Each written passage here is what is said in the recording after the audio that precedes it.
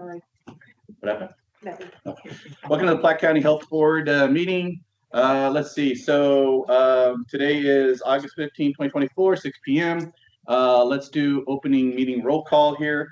Let's start with Susan. Here. Jeff Kingsley here. Mike Chaffee. Zach here. And then Kim. Here. Here. Okay, excellent. Let's do the Pledge of Allegiance real quick. I pledge allegiance to the flag of the United States of America and to the republic for which it stands, one nation, under God, indivisible, with liberty and justice for all. Perfect. Okay, so Andrew, if you want to take over and do the introduction of guests, public attendees. So I think we'll just start over here and I'll let you all introduce yourself. I'm Brian Rulo. Brian, yes. Brian Plissel, PC Engineer. Thank you.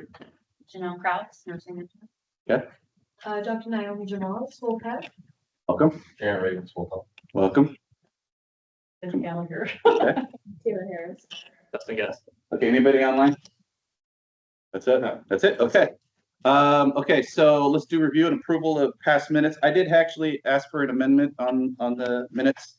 It says that I was absent, but I was only, 5 minutes late? So I guess that's amended that I wasn't absent. It has becoming. I think it says. At what time? Does it say what time though? Do I have to put it Yes. on there or how does it actually work? I believe It says trustees absent is me. Yeah, I think Right. it says it's 6:08 usually. Yes. Well, there goes our 6:09. shot getting off the board. I know. It's on the second page. It's on the second page. Yes, So top of the second page. just leave it like it is or does That's it how matter? she does it. Yeah. Okay, that's fine. That's fine. Other than that, I didn't see any other issues. Susan, anything? No. Mike, Zach? No. Nothing. Okay, so do we have a motion on the floor? I make a motion to approve the minutes of July 18th, 2024. Thank you. Second. Seconded. Okay, any further discussion? All in favor, Susan? Yes. Me, yes. Mike? Yes. Zach? Yes. Excellent. Okay, actually, if you want to run the meeting for this one, go ahead, Andrew. Well, I'll actually let Dan take over on this. This is the same thing that we do every year. Dan, if you want to explain the setting the tax levy. It's basically, we do have to approve it, but it's actually set by the state and not us. But you want to go ahead on that? Sure.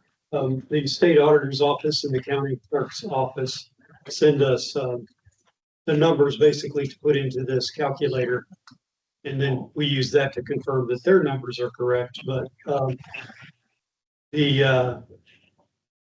as you all know, the voters approved years ago to set the maximum tax levy at 8 cents per $100 of assessed valuation.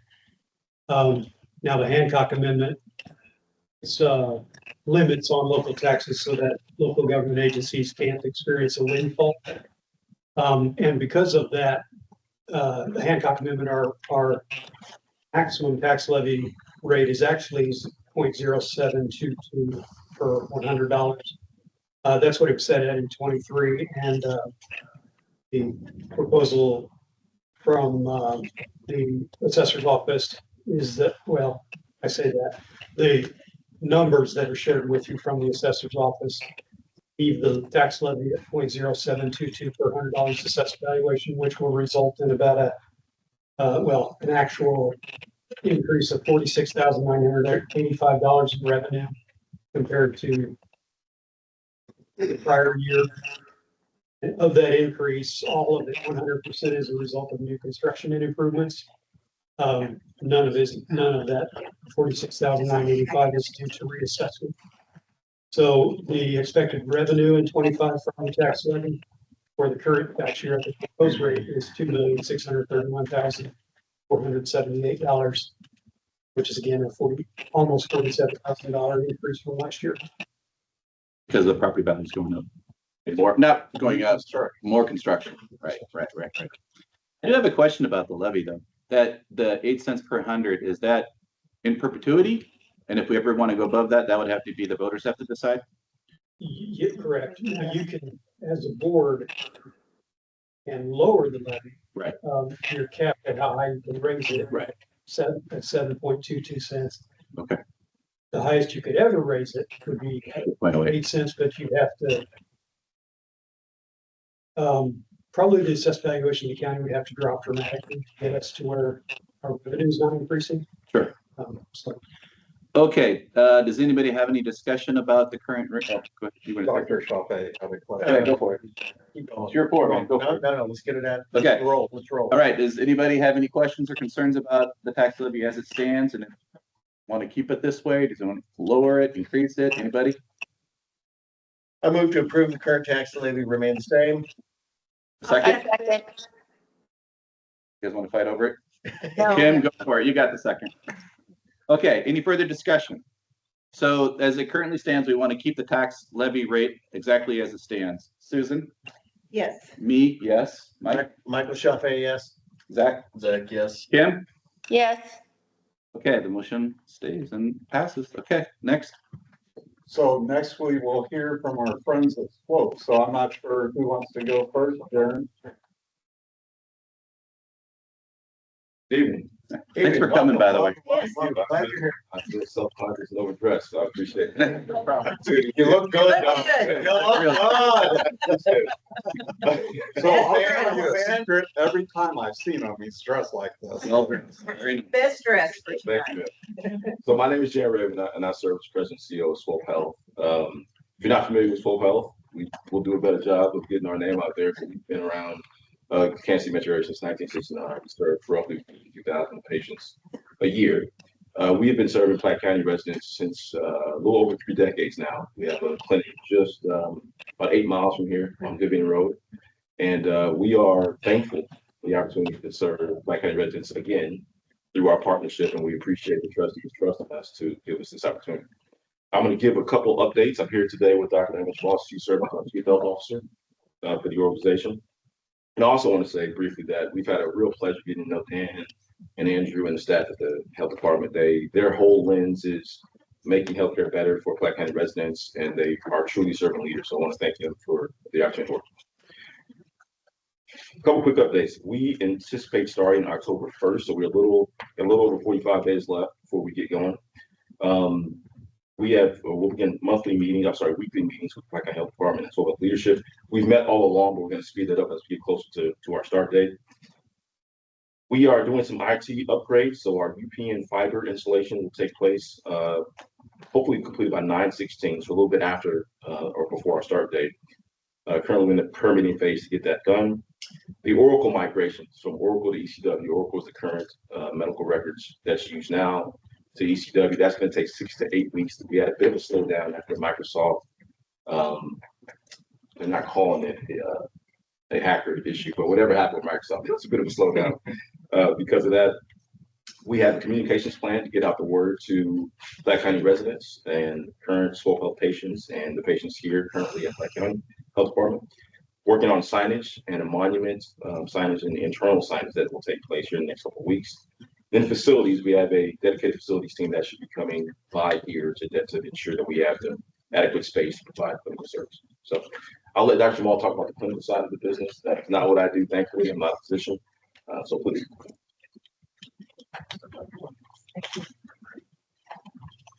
Good evening. Welcome. So as Sharon mentioned, clearly we're sort of well on our way to make the transition happen, along with in partnership with the Platte County Health Department. The clinical transition is really happening in 2 phases. Phase 1 is actually, we are currently in phase 1, and that's really August 16 to October 1st. So that is really the phase before we actually physically come to the health department and are on the premises. During this phase, we have provided additional access to specifically for Platte County patients at our Riverside Northland Clinic. We've added an additional provider there just to have an open access and schedule specifically for patients here. The number has been shared with the patient population and a separate one with the Platte County staff. So warm handoffs can take place and that the patient population in a very, very expedited way can receive easy scheduling, and so that there are no delays in care and they continue to have coverage over the next 6 weeks prior to our physically being on site. Phase 2 is the first week of October. At that point in time, we will be on site with providers and staff. We will be serving the patient population at least 2 days a week.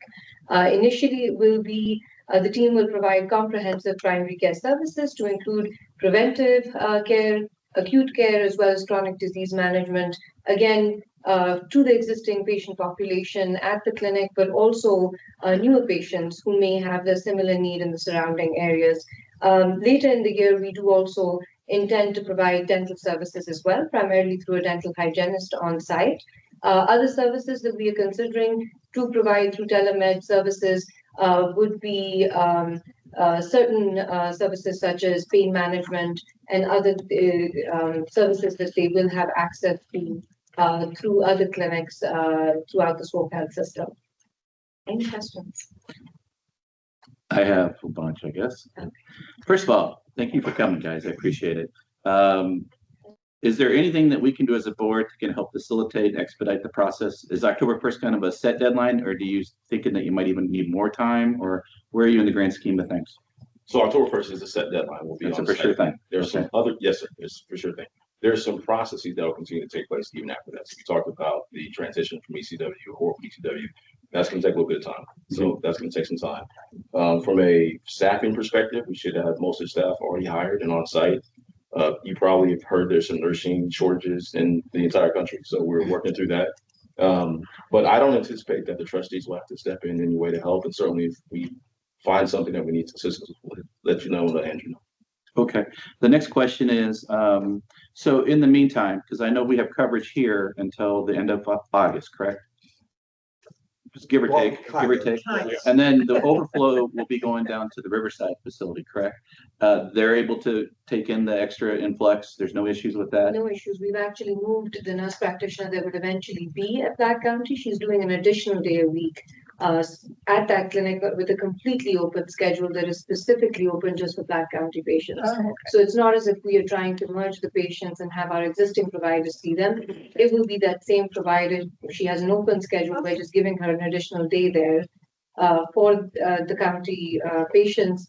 And then that same provider is actually going to be on site here then 2 days a week. So they develop that continuity with that provider prior to us even being on site. Okay. And that has already happened, like the phone number we're giving out is it's not the main Swope number. They have a specific that phone number that Okay. they get to call. Excellent. And so when they answer, they know they're calling and they were a patient here. Mhm. So that's really helpful. And then as Dr. Jamal mentioned, we also have a number in case people show, some people won't call, they'll just show up. Right. And we need to arrange it. We have a super secret phone number that's even more impressive than the bat phone, apparently, that we get to call and we can actually talk and say, you need to talk to Janice at this number. And Okay. she's expecting your call. So that's helpful. Okay. Third question. So our patients merging with your patients, I understand there's going to be kind of a hiccup, I think, with getting the medical records over to you guys. I think Cerner's kind of slow walking things a little bit, is my understanding. So is there anything that we can do to help facilitate that? So are you contacting our patient census ahead of time to have them do the forms ahead of time? Or are they doing it when they physically get here? Or what are you guys thinking how to do that? So we are. So the communications plan I mentioned earlier targets all patients currently. Mhm. We get them the forms and the information about the start date, and hopefully they'll have that completed before they enter and come to have an account. Okay. And then my last question, which is brand new to that. So you're going to actually have a dentist in-house, Dental hygienist. dental hygienist in-house, and there will be a facility in the building that you're going to set up for that, or you're going to have a dentist like Within the clinic. Within the clinic, Within okay. the clinic, we set up a room, again, not in October. We Right, would want the later. primary Yeah, care going down the services road. I get Going it. down the road. But we will have we actually run that integrated program quite successfully in our pediatric clinic at our central location, where we have a dental hygienist embedded inside of the clinic. And this is sort of even in the building, just that walk upstairs, we lose patients so even inside of one building. So that is a pilot that we piloted, a model that is fairly successful for us, and we plan on introducing that here. Okay. All right. I don't want to take up all the floor. You guys have questions? Go for it. Okay. Kim, do you have any questions? I have a question, and I might have missed this, it might have been stated, but how often is the dental hygienist going to be in clinic? 1 day a week, again, not initially. This is going to be further down the line. Our first focus would be to establish primary care and get the primary care team really comfortable with the new setting as well as the patients. But then really the goal would be that within, further down the road, at least one day a week to begin with, we will have the dental hygienist on site. We'll Okay. continue. My other question is, what does the signage have, and maybe we've discussed this, but what is the signage gonna look like? And is that just gonna be adjacent to where, is it out in the front? Is that what we're talking about? It is, I do think there's some specifications on the side. So one of the signs, Ken, has not been made yet and it's not been installed. So we are doing a monument sign that runs along Ambassador. And so it'll be Pike County Health Department, but it'll say something along the line, Swope will have a footprint on that so people know that clinical services are provided by Swope. There may be something up at the front door as well. And then back in the clinic waiting room, there'll be something so people know which side the Swope side is. But that has not all been worked out. Okay, thanks. Anything? Good. You're good. All right, appreciate it. Thank you very much for coming. Thank you. Thank you. And the other thing that we kind of discussed on one-on-one with Andrew is representation here. You're always welcome to come to our meetings. If you think you need to have a liaison person that comes, it doesn't have, not every month, but maybe once every 3-4 months, just to kind of give us a heads up from your end. And then if there's any issues that we can talk to you about or whatever, that would be ideal. I'm not saying it has to, but it's just something I think that would be helpful. No, we want to do that. That's Okay, very cool. Thank you. Wish that out. Thank you very much for coming, guys. Thank you. Yeah. All right, next. So we will move on to the HVAC update. I won't probably speak very much tonight. I will let the experts talk. I don't know, Brian, do you want to go first or do you want to have the other Brian go? I can do a short. Okay.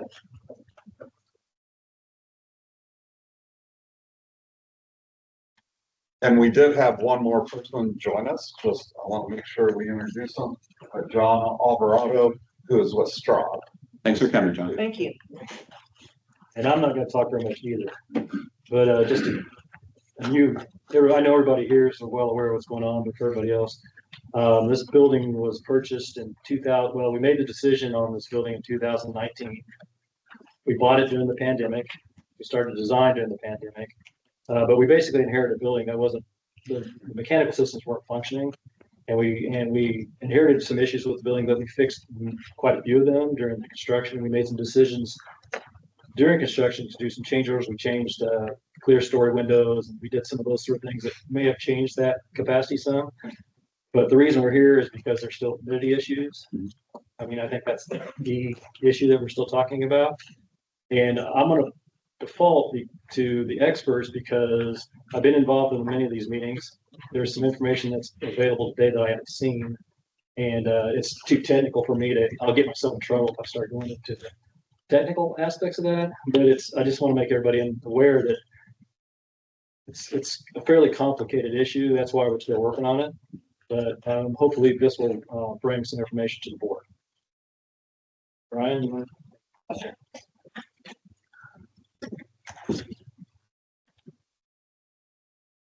Thank you for coming. No problem.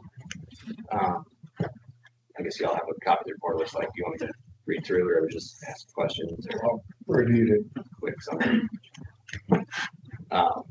Long story short, obviously there's humidity issues. The main source of the humidity has to be coming from outside air being pulled into the building.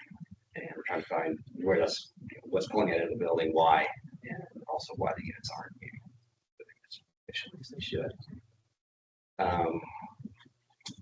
John Straub and his people have sealed up some roof penetrations that air could be coming in from. We turned down all the current restroom exhaust fans to their lowest level to see if that had an effect. We found one exhaust fan that was actually, I think, over this room that was supposed to be banned and it was running continuously. And then there's an exhaust fan in the electrical room that runs nonstop pretty much to cool the transformers in the server room as well. That's basically exhausting heat. And we're hesitant to shut that one off because it is cooling your server and protecting heat of that room. But that's basically the last gotta be a major cause of it because that runs overnight. You know, the problem is not right now when it's 98 degrees outside, because I got a humidity here right now, it's 72 degrees, 48% here humidity. The problem is 8 o'clock this morning when it was 68 degrees and 100% humidity outside because it rained overnight, right? And when it's cooler outside than it is inside, the units aren't going to run, and they're not going to run to dehumidify space. So our last, or more, you know, I think John and I are going to work it out. So we're going to replace the exhaust fan in the mechanical room, and we're going to instead put in a fan that rejects that heat into either the return of the adjacent rooftop unit or the hallway, one of the two. And that'll do two things. It will stop pulling in outside air all the time, especially overnight when no one's here. There's no love in the building. It's cool outside. But also it's going to reject that heat into the space, which should make a little bit of, it's not a lot of heat, but it'll help the units run a little longer on cool days. And so that's our main focus up to this point. Done a lot of work. Contractors have looked at the units to see are they functioning correctly? Are they, you know, I haven't had any numbers saying they're all cooling to their proper capacity. Yeah, there's been, I know some there had been originally, again, these things called during the pandemic, there's some issues with, I know, like over one of the offices was broken. We basically had them all checked out to see if they're working. It appears that they are. They've adjusted some fan speeds down. We're kind of adjusting them back to make sure we're hitting the right temperatures come off them, things like that. But I've also spent a lot of time with the trained manufacturer to see if the units themselves could be modified as they are to dehumidify without having to add and change the equipment. And long story short, they can't. In my opinion, the units could. They are built to do it, and they actually do it during the wintertime. Let's get into the technical details of it, but they will run the heat and the cooling at the same time for their own purpose to dehumidify, defrost their coils in the wintertime. But that process is basically dehumidification, which can be done in summertime. But Trane will not allow their units to use that way. Probably because of programming the unit or warranty issues, whatever it is, they basically said no, we can't. So I know patients are running short and people want the thing fixed now. And so we put together a proposal to add duct heaters to the units and basically force them to become dehumidifiers. And I get into the details of that if anybody's got a lot of time, but like Andrew said, Dan, we're both opinion that we don't want to do trial and error, we want to fix it. And so I put a proposal together to add this to 6 units around the building. My opinion, the one large unit that serves the clinic side, the 12.5 ton unit, it would dehumidify the whole building on its own if the spaces all communicate with each other, but they don't. So like this side, I know the doors are open, this corridor, but at night I'm sure everything shuts, and then you have dividing doors that shut everything up at night. The one would probably do the building no problem, but because that side's different from this side, and then 3 wings and the center are all kind of divided, I had them put a proposal together for 6 units to have duct heaters put in and power run to them, which would pretty sure would fix the problem. Found that quotes back to that about 5 o'clock tonight. If you're interested in that number, I'll tell you. Probably excited about it. It's about $45,000. But like I said, that's the gonna fix it problem, you know. And that's from 2 contractors only, but we haven't got multiple bids, and we can refine that a little more. I'm sure people are busy. The equipment itself, I looked up, I got quotes on the actual hardware, and it's probably about $10,000. So $35,000 that's just labor. People are busy, they don't want to do it real bad. So I'm sure we can find someone who would want to do it. So, you know, we could take the approach of doing a couple of them at a time, see how it affected the building, or the answer is no, we want it fixed. I have a question about the computer mainframe room, the fan that you want. So as it currently stands right now, the heat is expelled out to the surrounding atmosphere or whatever. And as that's happening, other humid air from the surrounding whatever gets pulled into the building to compensate. So what you want to do is switch the fan so that it just does like a closed circuit inside the building. Correct. Basically blows into. I was gonna there's a return duct over the server room that serves that, basically the front entry over here. And we can blow that heat into that. We do it all the time for little server rooms, things like that. You could dump it out in the hall, but then this area of the hall will get hot, right? So I don't want to do that. Blow the return duct, the fan for the rooftop unit would just circulate, just kind of disperse that heat out. And when you work up space, you have to go cooling. The problem I see though, it's predicated on the fact that that room stays the computer mainframe room. Let's say someday that everything becomes in the cloud and we don't actually need a hard mainframe. Then how do we compensate for any kind of humidity issues at that point? I'm not saying that's gonna, I'm saying the exhaust fan currently exhausting out the building is pulling in outdoor air.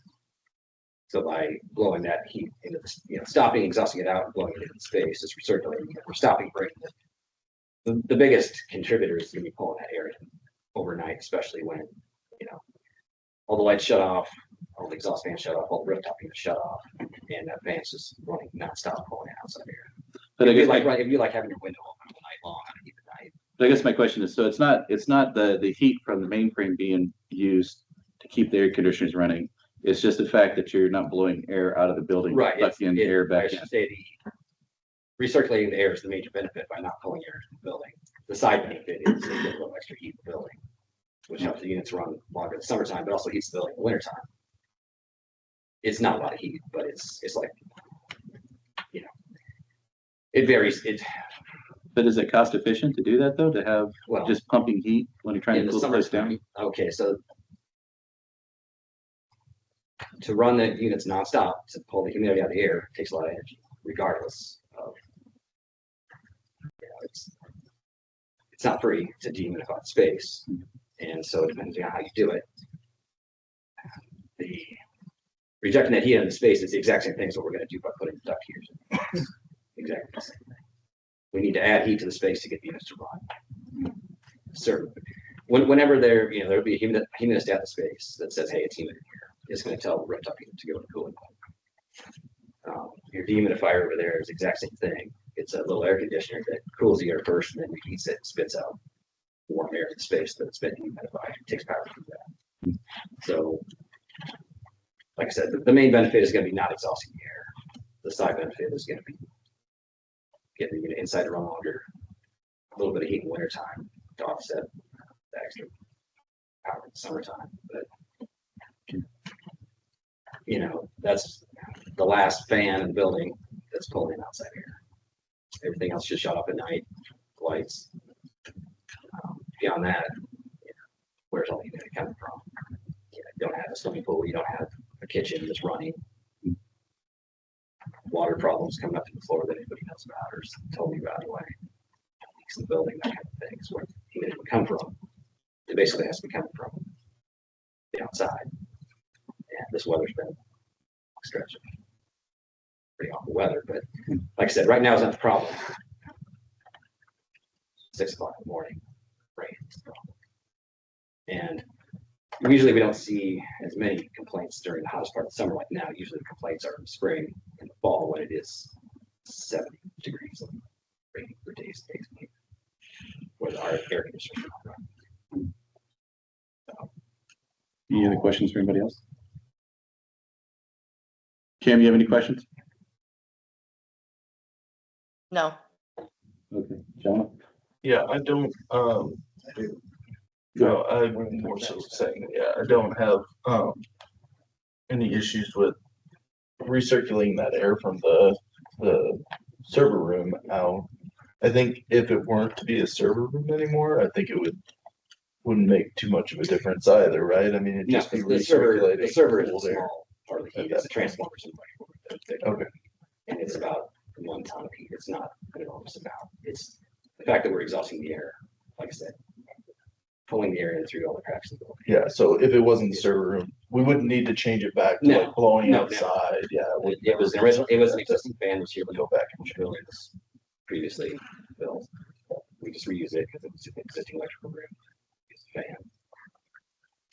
It's just good. Yeah, I just wanted to make sure my thinking on that was right. I'm Michael Chaffee.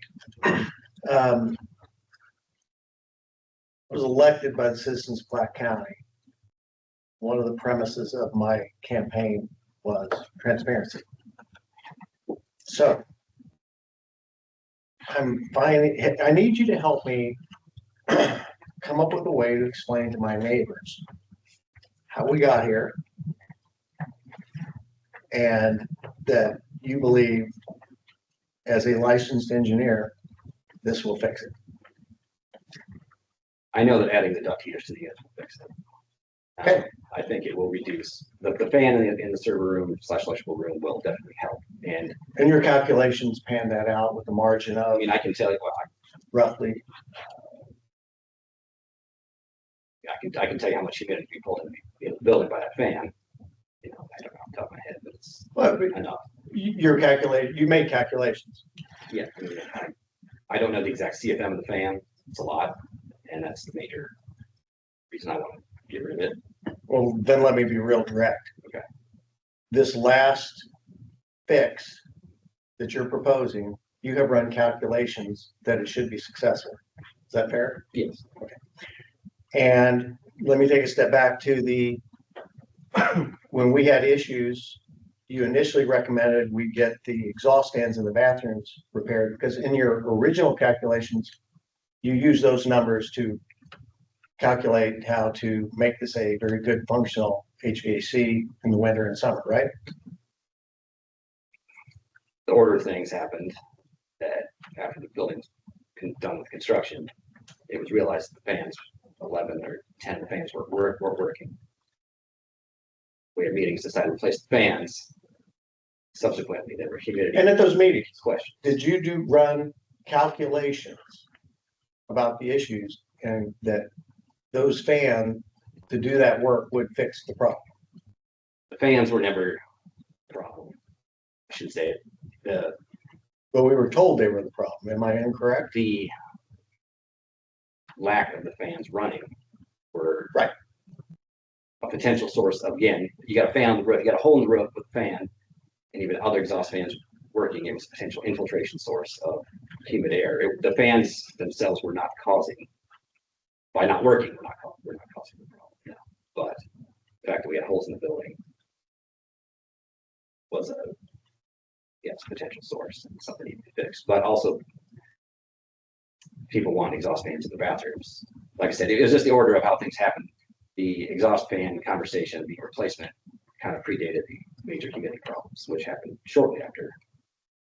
But I should say I recommended replacing the fans to fix the humidity. That was not help. That was not the order.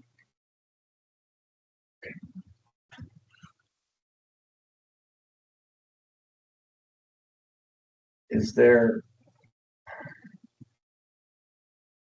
right? Well, I don't have questions for you. Thank you.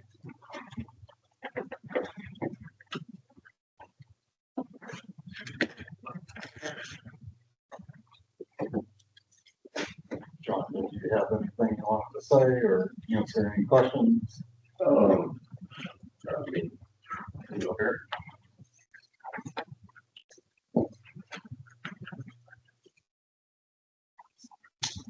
I'm John Alvarado. I'm with Straub, and I don't really have a lot to say other than I have been the man from Straub that has been here since the building turnover. So I have known about this issue since day one, and I've been actively working with Dan and Andrew ever since the initial issue started beginning and starting getting complaints. So with that being said, I want to make sure everyone knows that there has been a lot of process of it. I could sense by the questions that you just asked why it's very time-o-matic. You know, weather today it's good, but when we first got this issue last year, it was all of a sudden it got really nice and cool, so we couldn't really troubleshoot the issue because I know this is the longevity of this is everyone's like, why are we still here? Why are we still here? I mean, I'm asking myself, I'm like, man, we got to jump on this. So with that being said, I'm just saying, it is a complex issue. It's not, I even believe like he was saying that you got calculations on it. Yeah, he's working on that. I'm working with them on everything, trying to, troubleshoot. We even went to the extent, Straub went to the extent of hiring TempCon, because everyone was like, well, Hales, we did have a couple issues at the very beginning, had some pans leaking. We had a line set that had a leak, had a break. They said they were fixed. They still had a small leak. So we had the mutual agreement, like, we're going to bring in TempCon to an outside source, has no skin in the game. Come here and you help me troubleshoot what's going on. We did that out of our own pocket. And as the engineer Brian said, no one has found a smoking gun. Is there moisture coming up from the ground? Is infiltration? We had a thermal imaging gun popping holes in the ceiling, trying to see where is this on flux coming from, of humidity. It's hard to see that on a building this size that's broken up, like you said in there, different areas, left side, hallway, doors are shut. Today you walk in here, I'm sure you've been in here in a meeting probably before where you're like, holy smokes, my skin stick today feels good. So with that being said, trying to proactively find the solution. I'm up to all answers, everything we've discussed in previous meetings. I always tell them, we'll build the building upside down. You tell me how to flip it on the last day over, So with that being said, if you guys have any questions for me on, I'll be happy to try to answer, give you the best of my knowledge on the construction side. We did have train out here. I've had 5 different train, from train IT to their mechanical department to their salespeople, which, whatever, all different times up here troubleshooting, TempCon troubleshooting, Hales troubleshooting. So we are actively trying to find it, but it's just not an easy deal. Go for it, dude. I apologize, but it's going to be very uncomfortable for a few minutes.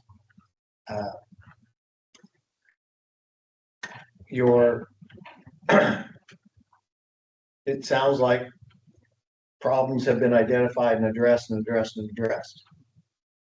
And the units are functioning fine, correct? Yes. Okay. Yes. And as far as our contractor, everything has been deployed as designed, right? Correct. Has everything been optimized as designed? To your knowledge? To my knowledge, yeah, we did have some changes at the end. Wouldn't it, and I apologize, gentlemen, this is open transparency. So the way the system is designed is not doing the job. Is that correct? I don't know on design. What was provided, Well, what we installed is operating. It's installed, operational. We've addressed all of the deficiencies of the building that could have contributed to humidity. It's a very difficult thing for me. From my side, yes. To tell my neighbors. Okay, the contractor did their job, the subcontractor who I've utilized personally, and I have already had meetings directly with them to verify a lot of the information and understand it. So I have. We've got a building that had a certain design for the HVAC system. We found out we had infiltration from non-functioning exhaust ducts. That's been addressed. So everything is installed and deployed. So if I have to tell my neighbors, how did this happen? I'm asking your opinion. Is it a design issue? Or is there still something else that we didn't know about that we haven't found out? Because I have to justify spending another $45,000 of my neighbor's dollars, my dollars. How did we get here? Because if we don't learn how we got here, we're doomed to repeat in the future. Correct.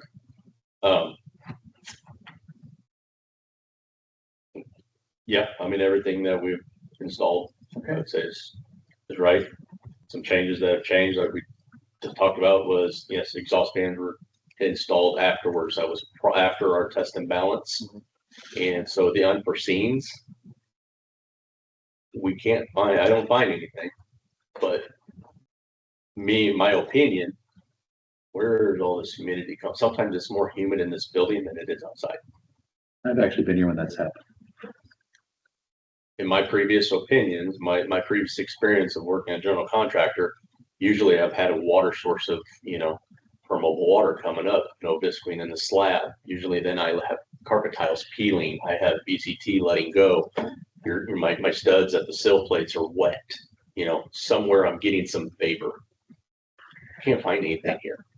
So then the big picture things, we've got a good architect, a good engineer, put together a package of CFM, outside air, balancing, that should work. It was installed properly and it's been reevaluated exhaustively. So it sounds like the proximate cause of the problem is humidity infiltration. So if we get the building sealed up and we still have a humidity issue and we deploy all of these fixes, we should be fine. Is that where we are? Because I agree with you. Where's humidity coming from? And having owned multiple buildings, I mean, short of putting a complete seal in everything, I mean, you're gonna get some infiltration. Door opening, we know that. Multiple door openings. You take that into your calculations as you design the building. In your experience, so this question is more tailored to you. In your experience, how exhaustive a humidity search can you do? Or I mean, obviously you would have suggested if you knew something, but as board members, we're sitting here being fed information, spending dollars, and then after that, if it doesn't address it, we have to spend more of the taxpayer dollars.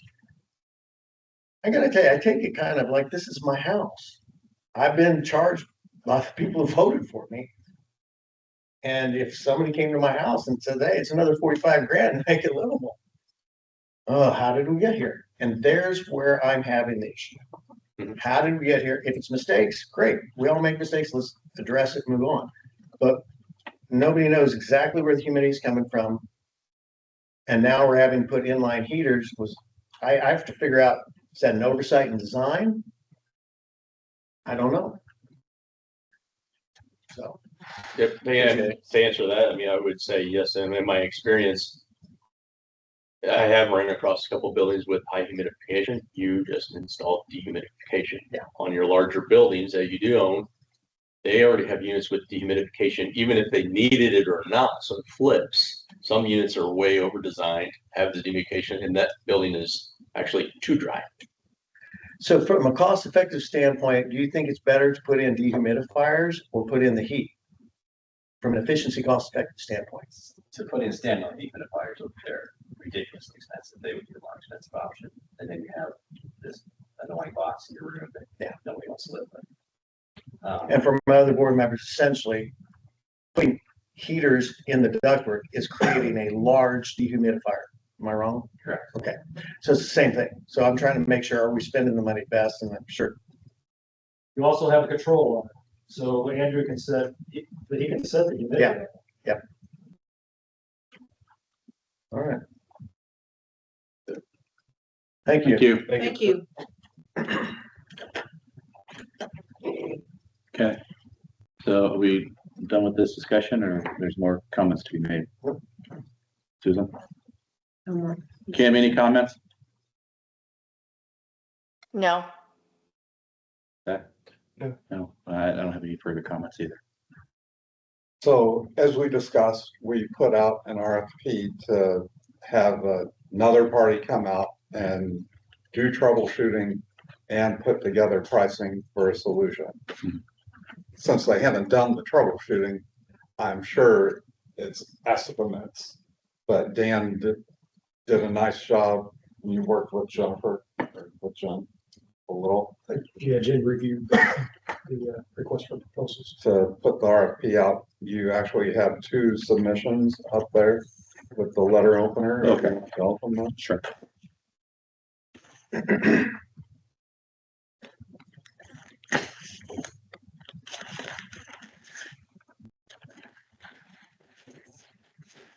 And I never provide Dr. Chaffee a letter opener.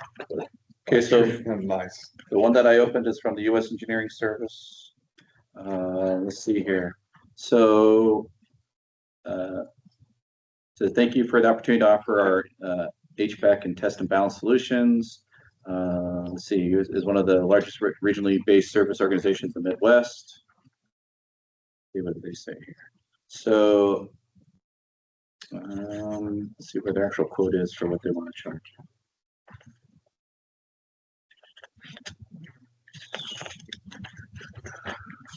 Here we go.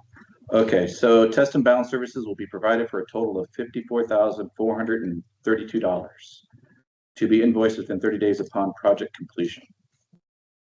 So regular time, they project $174.50 per hour.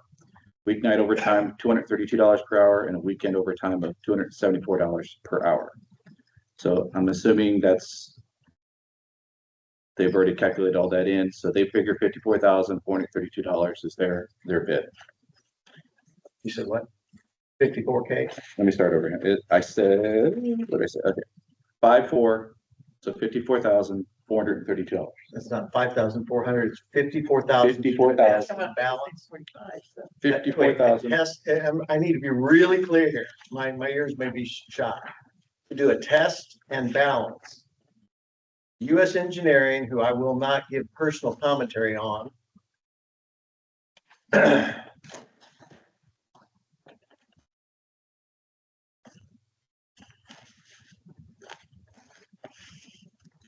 Thank you. Can you show that to Yes. Zach? He was trying to read it from Go ahead. afar. Okay, so the next bid is from M4 Services. Yeah. Submitted by Samantha Got Howell. it in. Yay. So their proposed solution pricing, let's see here. They put down 22,245 is their bid. And let's see, they're open to modifying the approach based on feedback from the board on any of the above programs that they have here, which includes performing enhanced inspection. They're going to expect the exhaust fans, the RTUs. Selection will certify the equipment is functioning as manufactured. Data gathering phase, they'll install temperature and humidity recording devices. And analysis phase, the project manager will provide data and evaluate potential options for modification. Presentation phase, expect to preset solutions in 3 to 4 weeks from the start of evaluation. So they figured they could get it all figured out within a month. And once again, their bid is $22,245. So essentially half of what the other bid was. Okay, so do I want to send it to you guys or have you pro and con it, or what do you want me to do? I think, it kind of depends on what direction the board wants to go. Okay. If I understand everything correctly, we have an option of 45K on the table to put the heaters in the ducts on 6 of the units with humidistats. I've been told repeatedly that will take care of the issue. And that's where we were also told that if we change the fans in the ceiling, like he was alluding to, that would fix the solution. That would be the problem as well. So true. Or we can, both of these prices for these 2 vendors are just assessing. So there is no solution there. I don't know. It's ultimately, I'm going to have to ask the board to see which direction we want to go. If that's fair. I think that's fair. Well, it'd be fair to share with the board that I have on my own evaluated the situation and had engineers review this, and we have, as we were told, a humidity problem. These bids, like the rest of the board, Kim, to know these bids are for a comprehensive evaluation. We've already had that, in my opinion. Very competent people doing it, doing good work. And we've got a humidity infiltration problem. We can either ask for a bid just for an evaluation of that, but this group has done it. So this, to me, boils down to the current system has no substantial way to directly remove excess humidity. Their solution is viable. And I think it's appropriately, if I may take the liberty to say, it's appropriately over-engineered as it's spec'd out here to make sure if the calculations are off or there's a little more humidity than they anticipated, there's more than enough competency for it to make it. So my my evaluation at this point is we have a humidity infiltration problem and we need to get it fixed. So, the rest of the board have. to take So that into let's say we consideration. do this, we go down this path, we fix it smoothly, and let's say there's still humidity issues, then what do we do? Well, then we have to call God. I'm not kidding. I mean, the recommendation is it's essentially a giant dehumidifier. Okay, So I don't know if this helps Dr. Kingsley, but yesterday we bought 4 dehumidifiers and they've been running. We have 3 of them where they can just drain. One of them we have to empty the bucket because of where it's at. So that's not convenient. But it has significantly reduced the humidity in those areas. So based on that little experiment, these are little tiny dehumidifiers. If we have big ones in 6 different places in the building, I don't see, I mean, this isn't my expertise, but assuming they act like big dehumidifiers, I can't see how they aren't going to work. Kind of back what the Dr. Chaffee said. I also agree with what Dr. Chaffee said that this is our house. If this is your house and you've been working on it, and they keep telling you, you gotta do this and you gotta do that, and they keep asking you to fork over more money, I wouldn't tolerate that. I'd be very upset with that, and I'm upset with this, so. I guess we can go down this path, but if it's $45,000 and we're right back where we were, I don't know. But these bids right here are just. Evaluate. Just to evaluate. Yeah, so that doesn't. Make Evaluate the I don't problem and spend any more suggest a money to fix. do that. But what agree. the issue is, why this was brought up is because we've heard from different people giving us different opinions about what the issue is. And the concern was, do we just need an outside opinion that sees us from a whole different view, comes in and gives us what their professional viewpoint is, right? That they're not attached, they have no skin in the game except for what, obviously what we pay them. I'm not saying that's the right option, I'm just saying that's why they were involved, Yeah, okay. so. I mean, it is difficult to delineate between whether or not we pay somebody else to give us another opinion on what we should spend money on most likely, or take the opinion we already have and possibly spend money on that and then wind up needing Sure. another opinion. And that is the risk. possibly That down is the the risk. road. Yeah. So that is, you know, I don't know if there's necessarily a correct answer to that at this point, given what we know. Kim, your opinion? My question is, this is the opinion and this is the answer. Are we gonna stand behind the answer to that? I mean, who's gonna stand behind that? We're spending another $45,000. Who's gonna stand behind that and say, yes, we said that? And what guarantees do we have with these folks that have presented to us tonight are experts? So what's the guarantee behind that?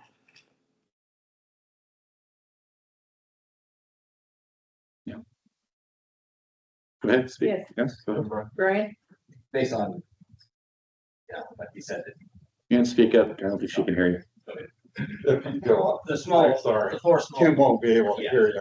the 4 small dehumidifiers that were purchased are a tiny fraction of the horsepower that you have in the rooftop units that Cooper wants to do this one. And that's why I'm saying the proposal that I made with all 6 are overkill beyond.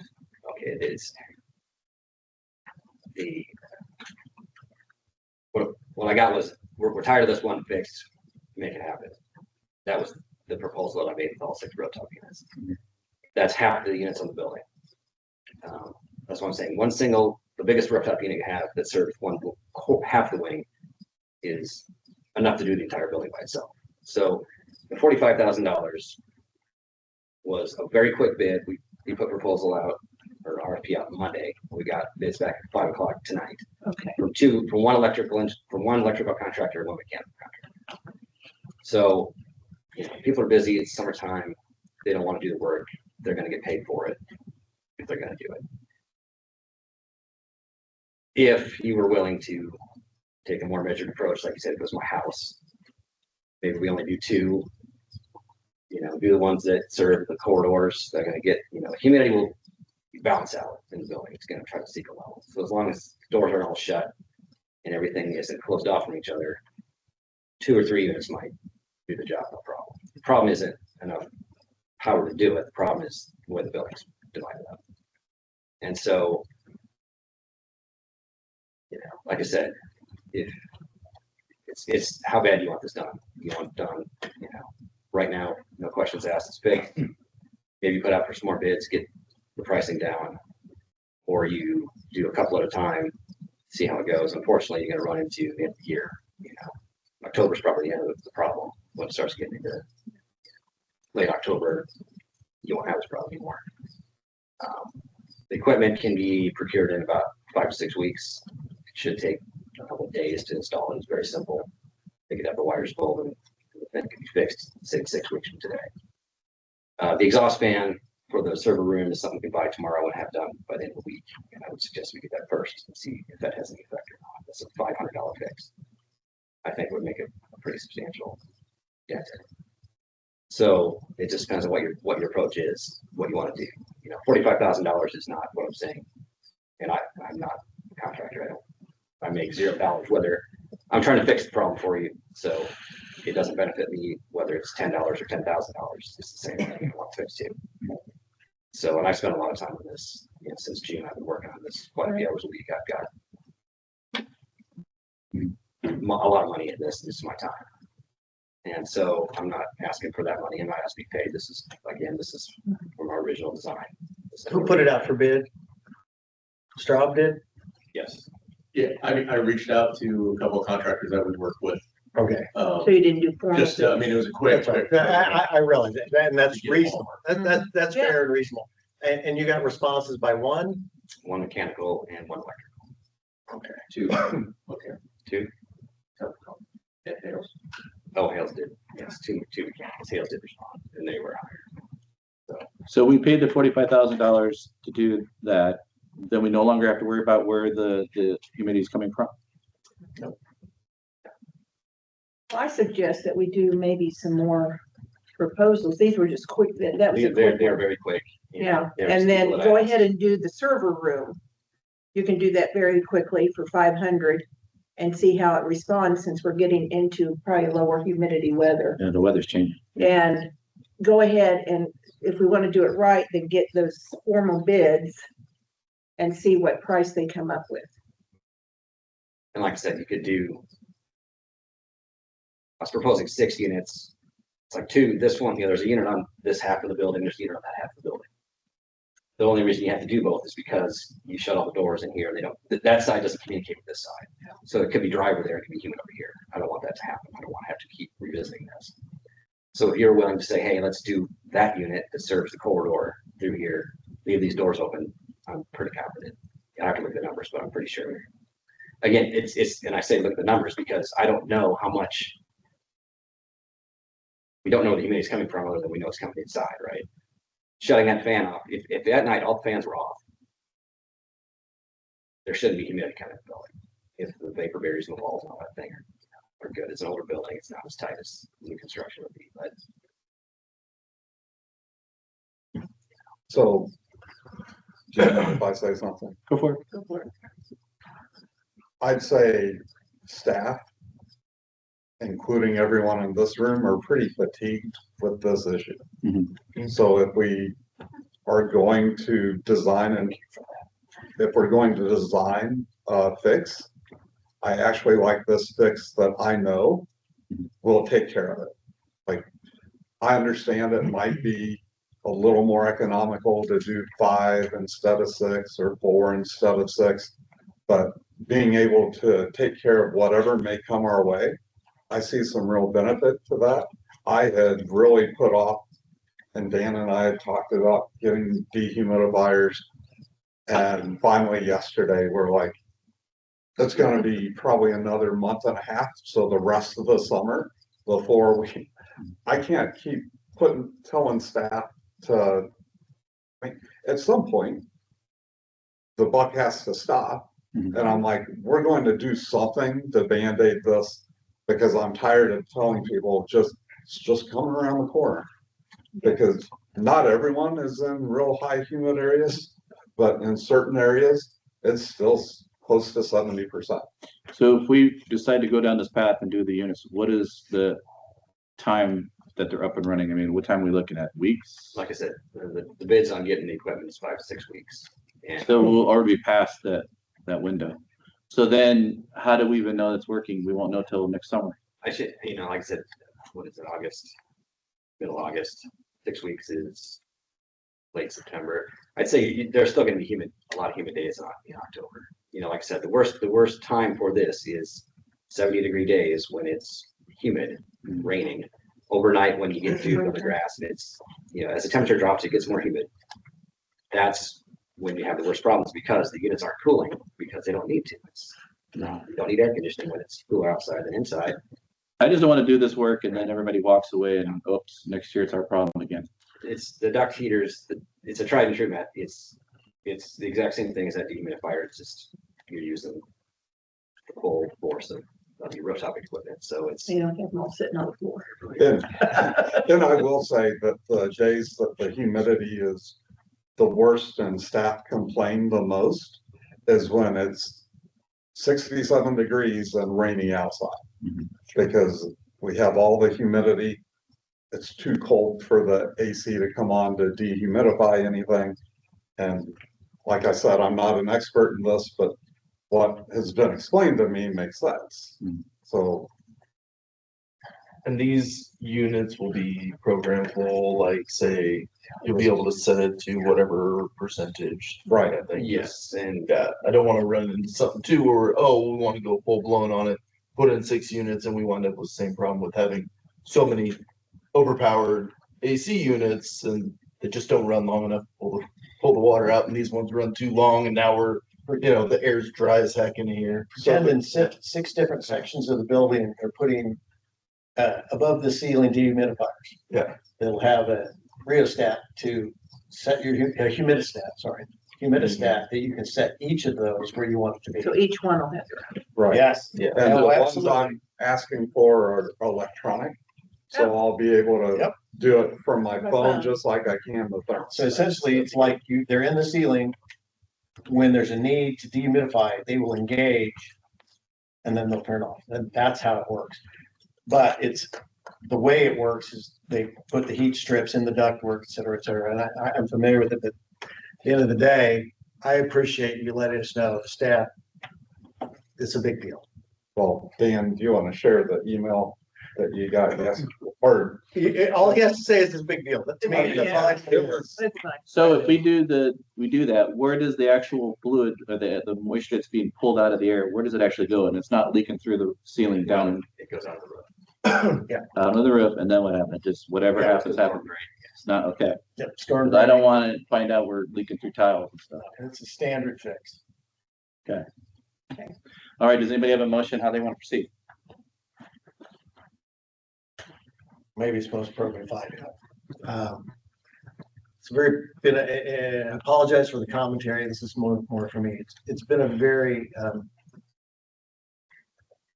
difficult process to get through. At the end of the day, my focus is on what's best for the employees. If it's this big a deal, we may find ways to fix this problem less expensive.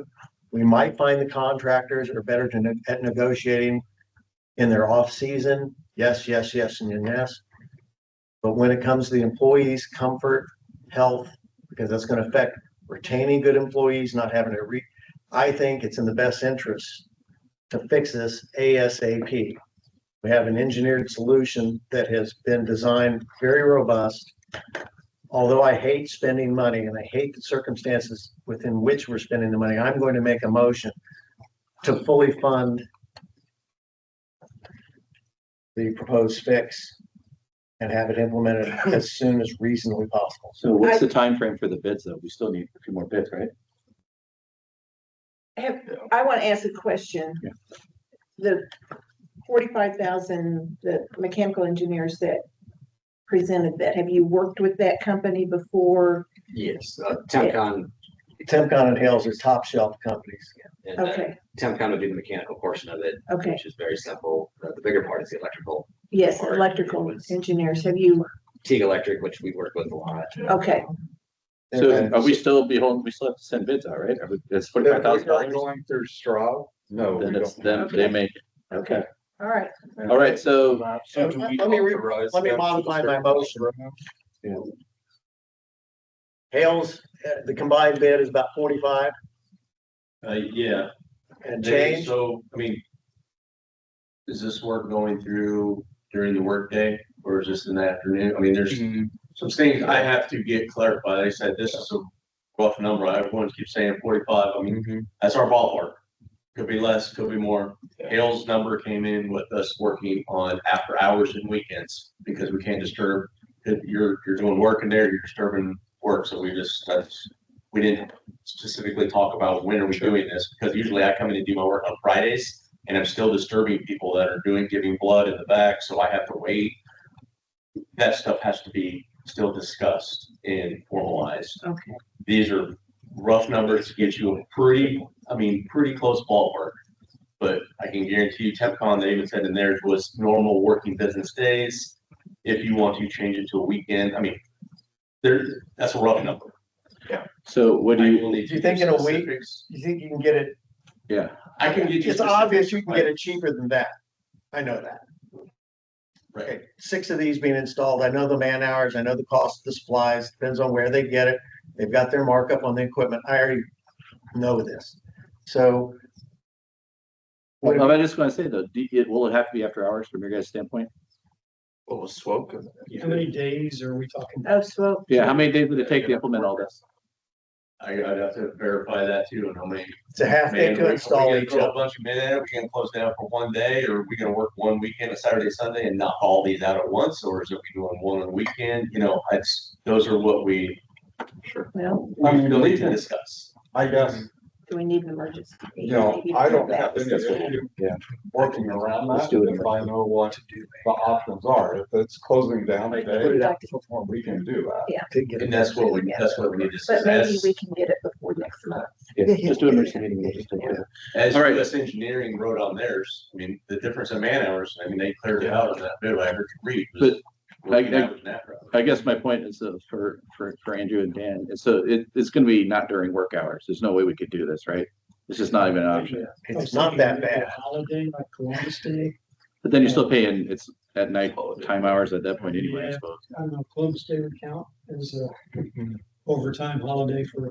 It's a half day. It's gonna be a half day labor up in the ductwork to do it, half day to a full day, and it depends on how many teams they have. So it'll be after hours. But it's localized work too, so, but it's what you think is best for the health of our employees. But you tell us, so after hours, is that what you guys want that? Yeah. Okay, so so present us a bid as soon as you can. We'll do an emergency meeting to say, yes, we want to So move we don't forward have with to that. wait for them. Yeah, so, Get with Andrew and Dan to get the logistics, what's best for the employees at this point in time. They've endured enough, in my opinion. And if you can get him something you think 7 days, John? okay, Probably. So one other thing is. I'm not all hails too. We have another day that isn't Columbus Day that's scheduled, because we're doing flu clinic in Riverside.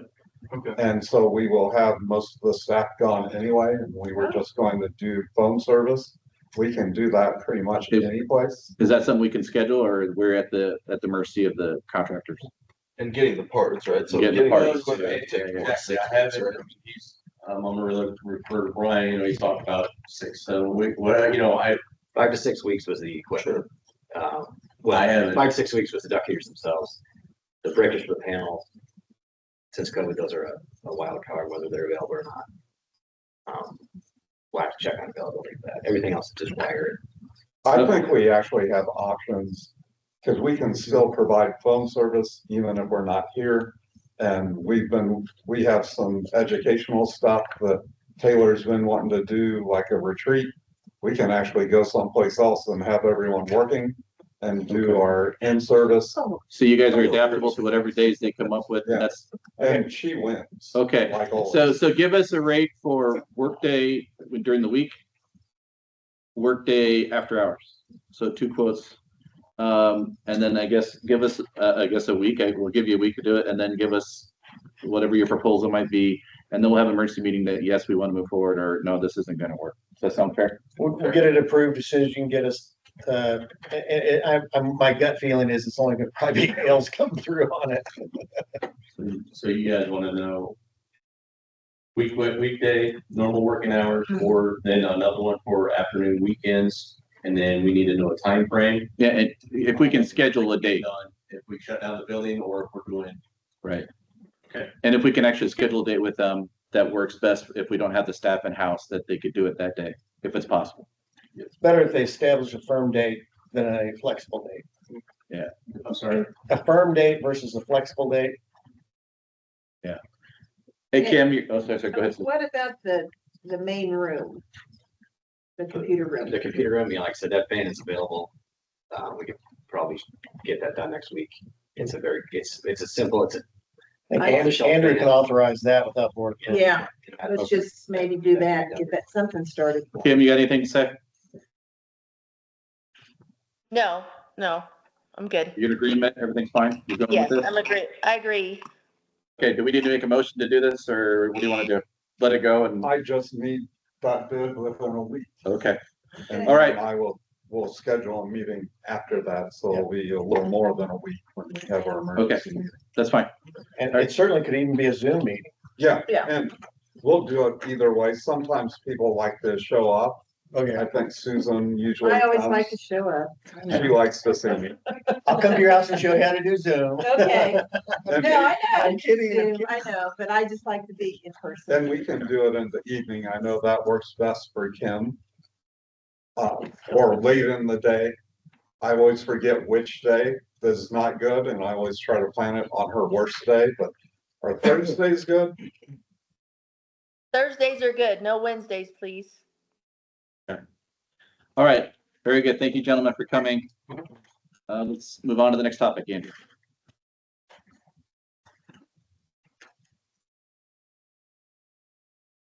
Just waiting for data.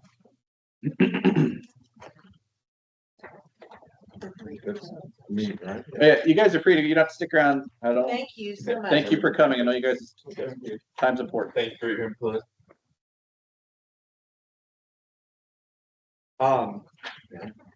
So just looking at the clinic numbers, you've heard from Swope tonight, so I'm not going to talk too much about it. Dr. Kingsland and I think you all know, we routinely meet once a month before this meeting and just kind of talk about stuff. And the numbers, looks like we're making the right decision. I'm excited about some of the other things that they're going to bring to the table. There's some hiccups, just with when you talk to Swope leadership, obviously, I've always gotten a great feel. I know Dr. Chaffee, from the time we first met them, they're great. Sometimes when you're working with the staff, as you try to work out all the details, there's a reason it's called work. So, but I think it's going to be great. Dan, can you go ahead and move on down? So the whole transition thing, no matter how you do it, best case scenario, worst case scenario, there's always going to be hiccups, like you were saying. So this waiting till October 1st is not the end of the world. I get it. We just had to make sure we had coverage in between, and it sounds like Riverside's the solution. So I'm fine with that. I think that's. And like I said while they were here, I really like the fact they gave us unique phone numbers, not only just for the patients, but for us not to have to deal with the switchboard and try to talk to somebody. So, Janice or whoever, right, Twyla knows that, oh, it's the Platte County Health Department. We know their deal. We know what they're doing. And that's just really helpful. So one more thing about the Cerner deal. So have they given us any updates about how, or are they still just leaving us hanging like that? I literally got one earlier this, like before I had my meeting earlier with Swope. They have gotten the issue resolved. They said they should have like that contract ready to go early next week and have it sent to us and all that. So that should be moving forward very soon. Okay, excellent. So that part is good, but really, one of the larger parts is how we are going to piecemeal the transition. Right. Because we can only give them the records for which we have releases. So we can't give them all 700 that's in the queue. We can give them the 120 that we have now. And some methodology needs to happen where we can send them something that their EMR is going to read. In reality, is it gonna be when that patient comes here and then they'll fill the forms out? Hopefully before, Yeah. I know, but but reality the is- reality is, So Andrew and I talked about that. They think you could switch the records over in 5 minutes. It's kind of what we well, were we thinking. can pull the stuff out of or out of Yeah. Oracle. I think And 15 give it to minutes them. is our 10 minutes. It's just not sucked into Okay. their Yeah. system. So it doesn't But slow they the would- process down a Go ahead. lot. When So you, they could do it. that leads to my question is, can't we archive the records ourselves and release them individually? We can and we could do So that. it's really not a transition issue. We can hold those at a worst case scenario. And as patients sign off on sharing of the records, then you Right. port them over. And we will hold them for our required retention, which is 7 what, years. 7 years. So So- good.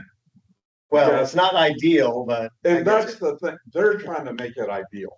yeah, okay, We have a workaround that's not ideal, right. but they're trying to make it ideal. So I don't, and they're paying to make it ideal. Okay. So I don't really see, like, everything we talked about, Dr. Kingsley, it shouldn't stop anything. And they've conceded that it won't stop anything. They're just trying to make it ideal. I think if you just ask the patients to come in 15 minutes before their appointment, they have the 5-10 minutes to get the stuff switched over, at least for the first visit. After that, everything should be streamlined. And they do have it on like for other end, because everything they do is digitally, so they'll get like pre-enrollment paperwork that they can fill out before they come to their appointment, so they'll have all that stuff ready to go, and then some things we're working with like their clinic managers that will have like, we'll be able to have like a read-only version of their schedule, so we can see the patients who are coming in, and if need be, we can have print out information about like, here's their record if they've already signed that release, or we can reach out to that patient and get a copy of that signed and ready to go.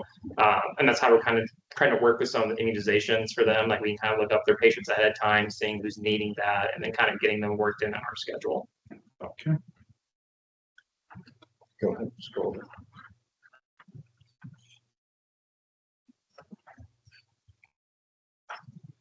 On July 23rd to the 26th, Dustin, Taylor, and I attended the National Association of City County Health Officers Conference in Detroit.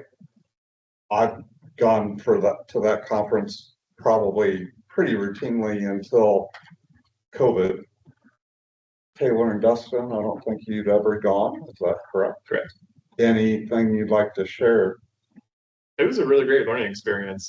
They had, I think one of the most difficult things we had was deciding which session to go to, because they had so many options at like each time frame. It was like what, 30 or 40 for, I don't think it's that many, but it's still quite a bit trying to decide which to go. So we got a lot of information. I think Andrew saw like like kids on Christmas getting all excited. It's like, no, we gotta slowly implement this stuff, but I like the enthusiasm. But yeah, we hope to be able to have like some good information and some good things coming out from that. So I know I'm really excited. I think the other, the same way. And I think, do you recall how many people they said were at that conference? It's I don't remember. thousands. But yeah, It's thousands and thousands. It's probably over 5,000 people. So, you know, some of our colleagues like Clay County, they probably had 10 people that were there from Clay County Health Department. Kansas City had a few more than that, I think. Our small counterpart like Cass had 3 like us. But it was good turnout. Lots of good sessions, and like a lot of those, and hopefully we'll hear about your conference, but a lot of good networking. You know, that's where we get to talk to a lot of our even local colleagues and go to stuff and talk. So about this is the national meeting. Was there a lot of interaction with the state side of things? Is it really kind of, top down, kind of, this is what we want, we're pushing this down to the state level, or what was your take on the national versus like because I'm assuming you guys hung out with the Missouri contingent, right? Yeah. Yeah, so was there a lot of interaction between the national level and the state level? So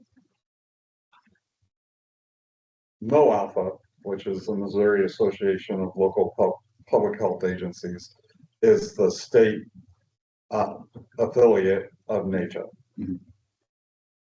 I'm the president-elect of No Alpha, and that's the organization that is actually going to be combining with NPHA, which is an affiliate of APHA. Mhm. So the leadership of NATO is usually made up of people from the state affiliates or people that are active. I don't know exactly what your question is about. When we how get to much- us, we'll tell you what we're talking But yes, Yeah. there is, there's leadership infused from the state level that makes up the national level. Okay. If that answers your question. I do know like the CDC director was there and they were listing like their top 3 priorities. I think that's kind of where you'll probably see a lot of the state stuff trying to follow suit. Okay. Some of those things. But really, this is an organization for, like it says, health officers, so health directors from across the country. So it's small health departments, mid-sized health departments, large health departments, and they have all kinds of staffing. They're headquartered out of DC.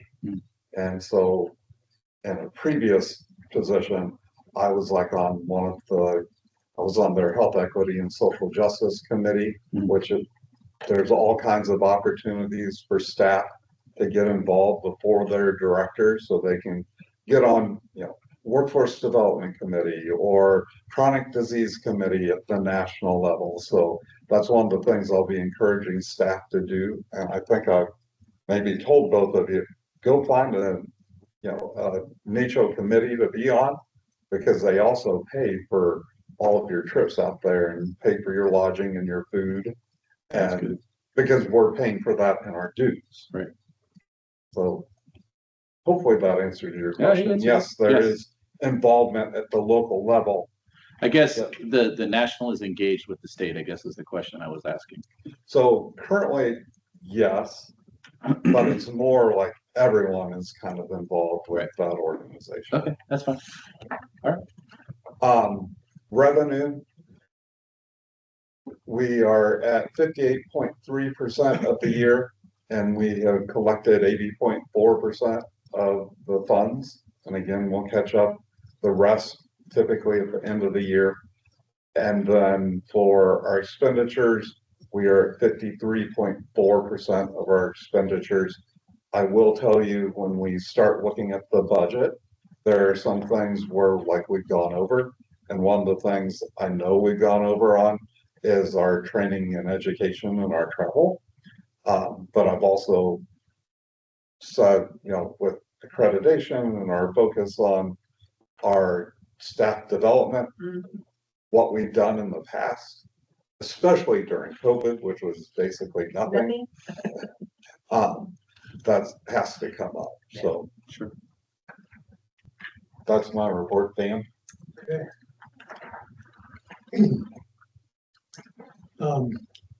One thing that might be of interest to the board is we have an EPI team here in the department.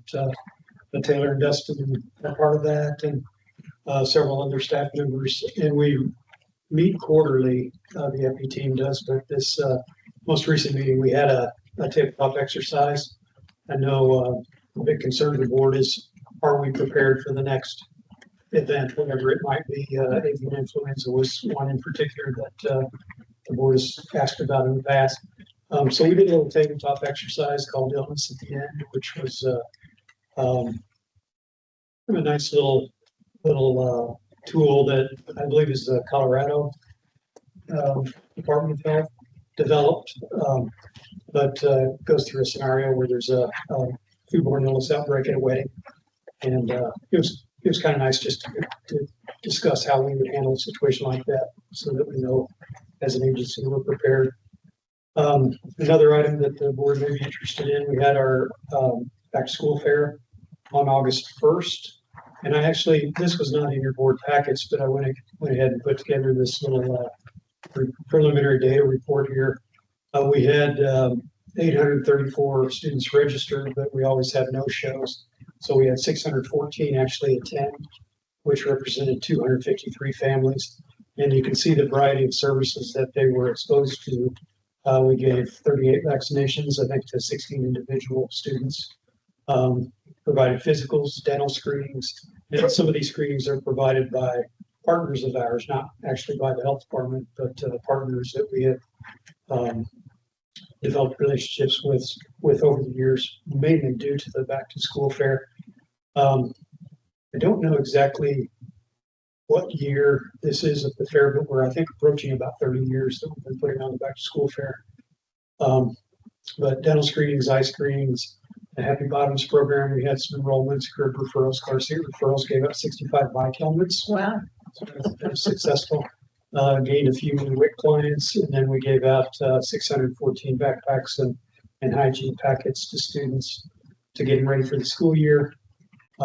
Many of those kids will still be using those backpacks at the end of the school year, so it's if the kind of keeps on giving, I guess.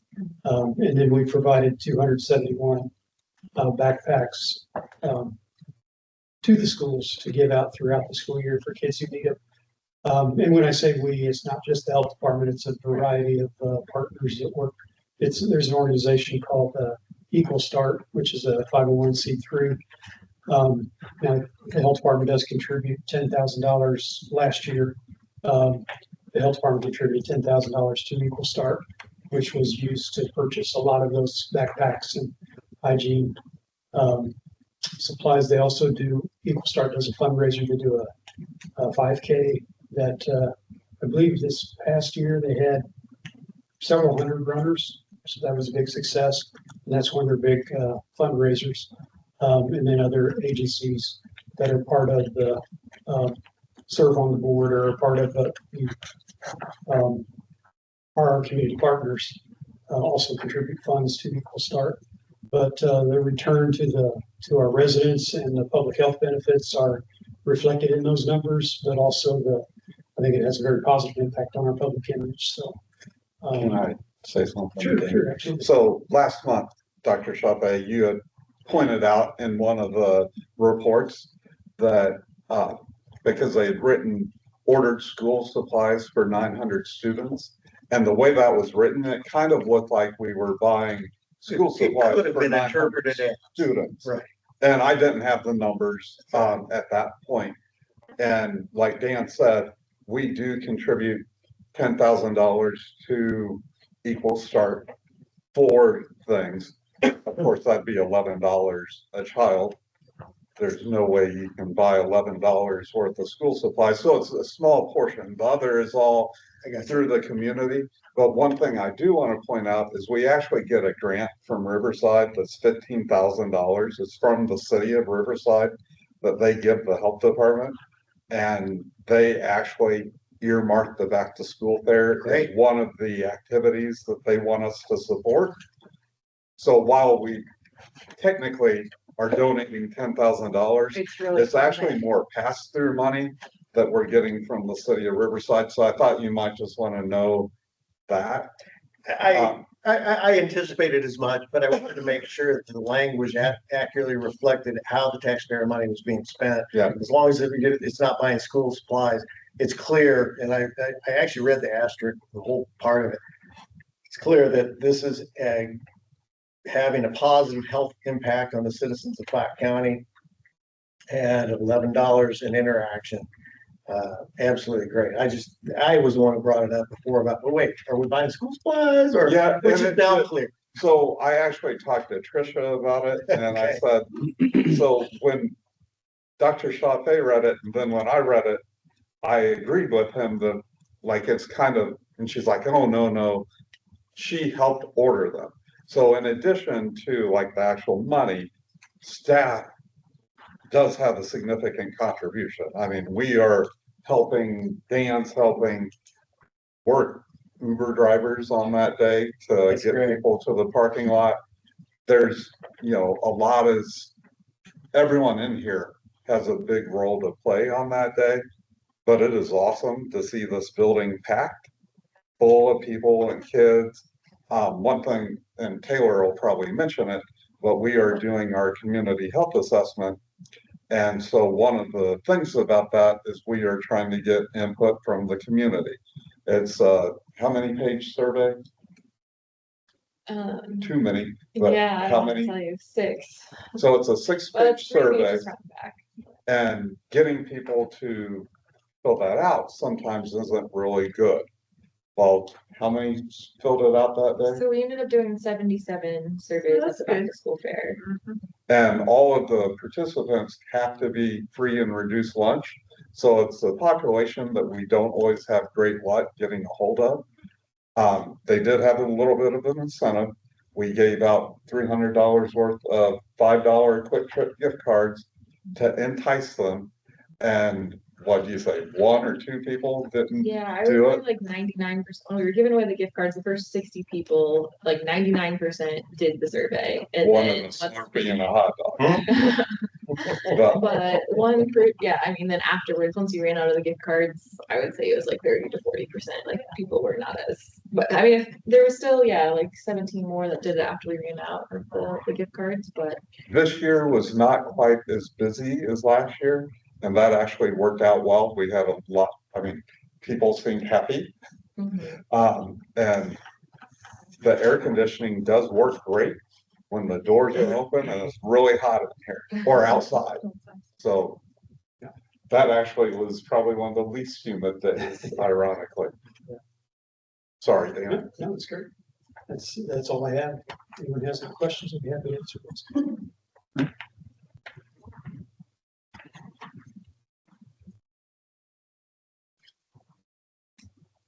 Dustin's next, I think. Yeah, so I think as Andrew said, we went to the NACCHO conference and I got to learn a lot there. I also had the opportunity to go to a grant writing workshop to kind of learn about that and trying to hopefully get some more of those programs I learned about at NACCHO. Try to get some funding for that to kind of implement them here in the hopefully not too distant future. They also put on a little meeting about maternal health as well as trying to develop the health workforce in Missouri. Because as we all know, I think Swope even said that trying to find nurses right now is a super fun, easy task. Also have to participate in the epi exercise. I think we mentioned last month's board meeting about investigating with the hemorrhagic illness investigation. I have been precepting and working a lot with Janelle Kraus. You'll get to hear her presentation a little bit later about what she's been working on here and kind of working on health literacy and redesigning some of our information on our websites. Stuff has been working really, really great. I know huge shout out to Family Healthcare. We celebrated Janice's final day here at the clinic, and then all of them working on trying to get all those letters out to all our patients, letting them know what's going on and trying to help them transition care elsewhere. I know they've been all working really, really hard. Tricia and Dawn especially have been working like essentially 2 full-time jobs here simultaneously. So I think they're kind of going to be relieved as we start transitioning into the next phase. But like I said, massive shout out to them and getting through everything. That's about all I really have. Does anyone have any questions? So you say prepare for nursing students for the fall. What would be the actual rotation for the nursing students? What are they getting exposed to? So we try, Jeanette used to always kind of run that, and what her experience was, like she liked giving them every single division within the health department, so everyone gets a full aspect of public health and then not just like the nursing portion. So I'm trying to replicate that same program too. So I try to get with all the different division heads and try to make sure they get exposed to all the different various portions of it. Like Tia and her homebound visits, I'll have them go with her for a day. In the fall, we usually do our daycare inspections with like the immunization compliance. So I usually send them out for that. Their favorite thing is always trying to get immunization. So always when we do flu clinics and things like that, we'll have them go there. So try to get them whole. They're here for a month, or how long do they rotate through? I think usually a couple months for some of them. It varies on the school. Like Rockers, usually they're here for about 4 to 6 weeks at a time, and they'll switch like one student and then another one. We do have a Missouri Western student will be here. They have to, I want to say it's about 400 hours they complete during semester, and they kind of just work with us on scheduling that and kind of getting what they do. Okay. So I'm sorry to take up some time, but I think this one's important. So Tuesday night, I got a call from the state health department. John Boss, who's in charge of their communicable disease section. And basically we were asked, Dustin and I and Taylor wasn't available, but Dustin and I went to a meeting at a local church that was in Riverside. And the purpose of the meeting was Kansas is dealing with a large outbreak of TB. Normally they have 30 cases a year across the state. And right now in Wyandotte and Johnson counties, they have about 50 active cases, which is a huge, and I guess you would know about this, Zach, probably. So the meeting. Latent TB or active TB? Both. Yep. Both. So a lot of, positive skin tests that they're treating proactively, and then a lot of active TB. And it's all from basically what they're calling a location-based outbreak. And it's folks from Micronesia is where all these folks are from. So we went to a local church. They had, I don't exactly know all the titles, but they had the U.S.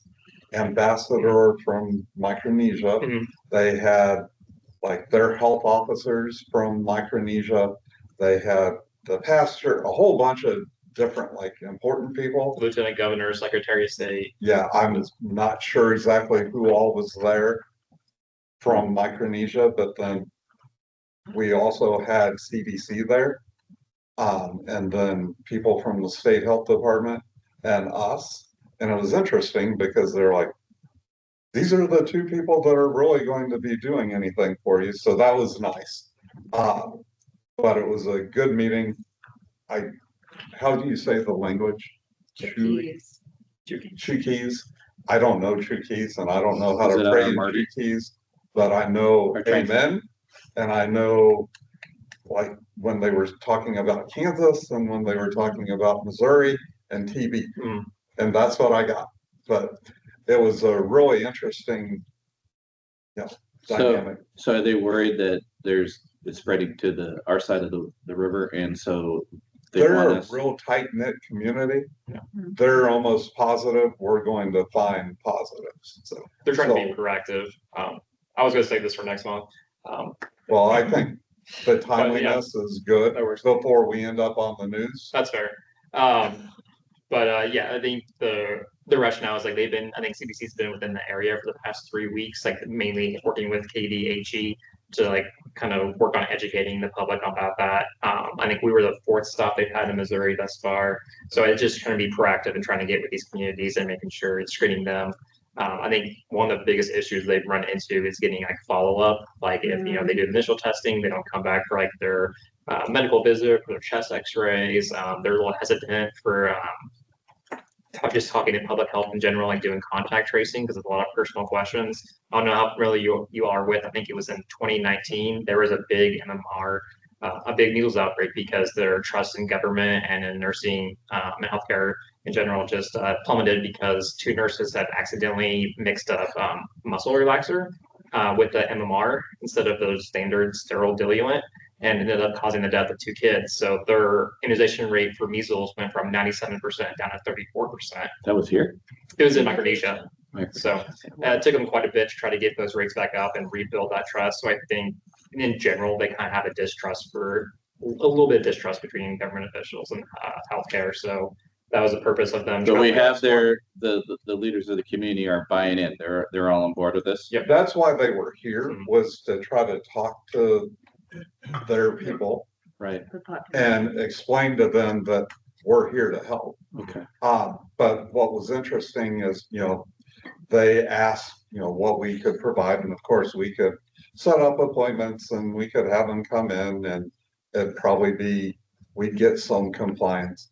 But what we decided to do is we are going there.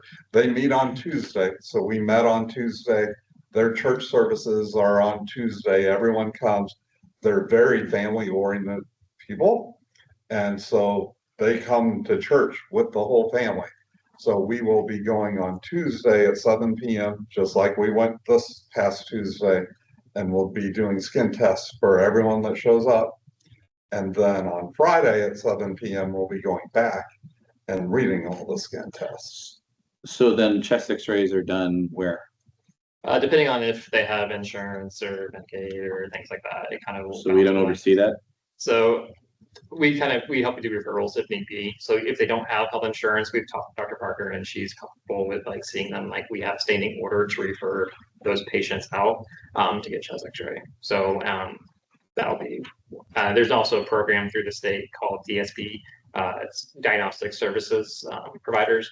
So essentially it's kind of like, it will allow them to be, the state will kind of basically bill these patients to be able to go to specific providers who are part of that program and get access to care. I do know that Philip, he's the pastor of this place, they do have the transportation services available with them. So they'll like, if someone does need access to go to get their chest x-ray, they can help get them back and forth. I think the important thing is we are going to coordinate, facilitate that they get where they need to be. And when speaking with Dr. Parker, we mentioned too that possibly if there are multiple, if say we do have multiple positives come up there and like going in there and like doing like a medical evaluation, she's comfortable with us all going in there and like doing that, like setting up in their church and kind of like doing like kind of like a downstairs area where it's kind of private and she can do this medical evaluation. And the church is in Kansas or here? Here. The church is here. So you said Kansas before, so they have a population over there as well? That's where the larger part of the population is. Okay. But they're all like kind of interwoven together. Yeah, there's like pockets all kind of throughout. Riverside. So then once they're, let's say they're LTB or active, who's in charge of their medications and treatment? We manage all that, so it'd be. Because if they don't trust medical professionals, that's going to be a whole lot more difficult. I will say that the group that we were with were they had a lot of really good questions and like they seemed very, very willing and enthusiastic and seemed pretty much on board. I mean, they paid attention. They were asking questions like how long, if someone's active, how long would you have to be in the room to be infected? Is this permanent? One of the things that impressed me about Dawn from CDC was she took a really health literate approach of explaining things and just explaining to everyone. So the people there had great questions. We will have someone that's going to be probably, just the numbers will tell us, we will have some difficulty with compliance. But is the TB resistant? I mean, what's the actual strain? What they're seeing this time is not. So easily treatable. As long as you do it and you're consistent. Yeah, you don't let them miss it. Right. Yeah. And she did a really great job explaining the whole entire process from going in, doing testing, if you're positive, contact tracing, getting your medication, all that different stuff, and a very great health literate way. It's kind of a fine line between trying to explain everything and not scare the heck out of them. Right. So, before we want to know what we're working with before we say this could happen. And, I think one of the concerns for a lot of those folks who have to, like many of us, we have to work every day. But being out of commission for 2 weeks while we do our therapy before we can go back. And they have to be isolated. They can't be going to the mall. Right. Yeah. That's difficult. Right. One of the things the board might be aware of, kind of a long shot, but it's a possibility if you have a active TB case and multi-drug resistant TB and that you have a non-compliant individual, we may have to, actually, I guess the health officer would have to get a ruling from a judge to essentially incarcerate that person. They would be taken, it's happened once in Platte County. I know it was very difficult for previous health officer and the board because they had essentially had to make the decision to do this, but then the judge ordered that this person be essentially arrested. And they had, in the state of Missouri had a contract at that time with South Carolina, and they had to send people in a van from South Carolina went and physically arrested this guy. Took him back to essentially prison hospital in South Carolina. I don't know, I'm not sure if Missouri has a facility now. There used to be one in Mount Vernon. They closed in Yeah. 2003 or 93. It's one of the threes. I don't remember which one. So what are we doing for flights originating from Micronesia to Kansas City? You know, right now, nothing. I mean, we can't stand outside the plane and test them. But that's a Kansas City public health issue, not really ours then? So it depends on where they live. But yes, so if it's Kansas City, then it would be a Kansas City jurisdiction thing. Like the people that we saw, almost all of them live by the church. I mean, the airport. The airport's Kansas City jurisdiction. Yeah.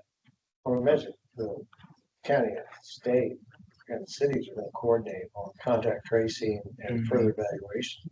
If you're on a long haul flight from Micronesia to wherever they might connect to, LA or Chicago or whatever, right? All those people in the plane are being exposed, especially if they have active TB. So if there's an exposure that we know of that happens on the plane, that type of thing, that's going to be federal, state, and Kansas City. It sounds like Micronesia is also involved in this, trying to tamp it down there locally. The CDC is aware that we're doing surveillance. So, I mean, I think everything is covered. Okay. So not all you can do. I mean, it's good to make sure that you said representatives from Micronesia were there. Right. So a lot of them. Everybody's aware there's a problem, and I'm sure Micronesia is aware that their own problem. So yeah, it was very interesting.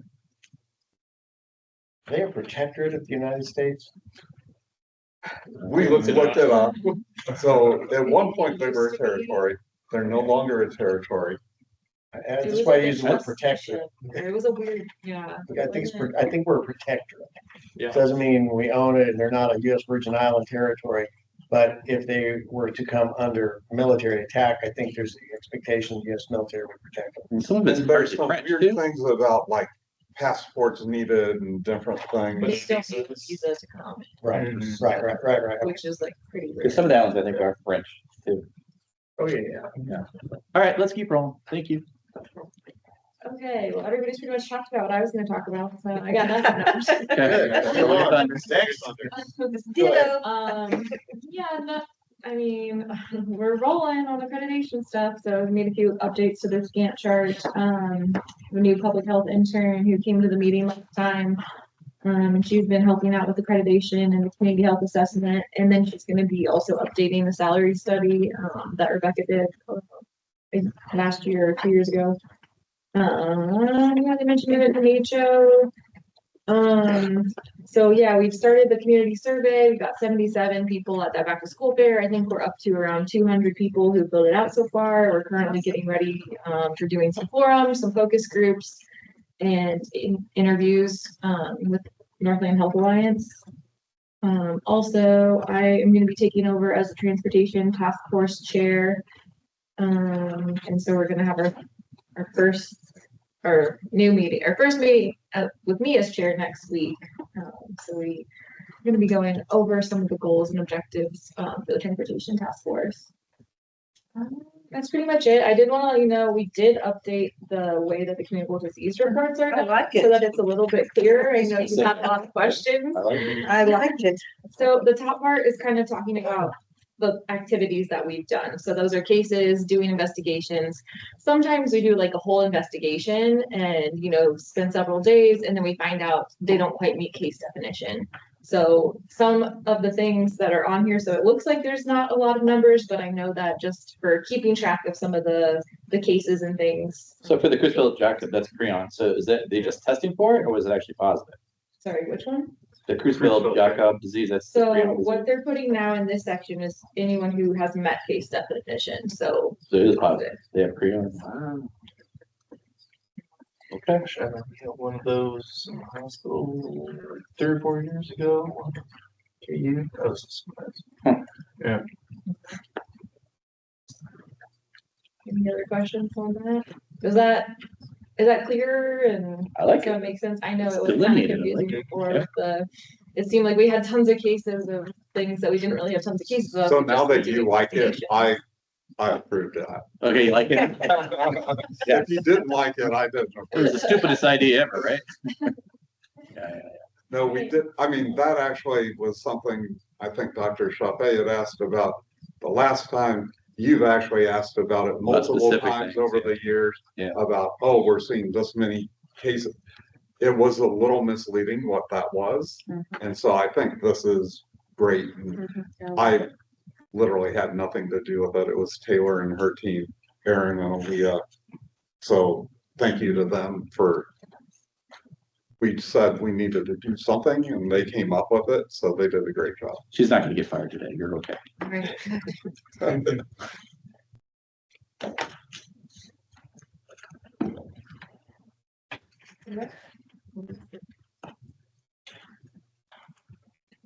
think the next thing is subcommittee finance, Susan.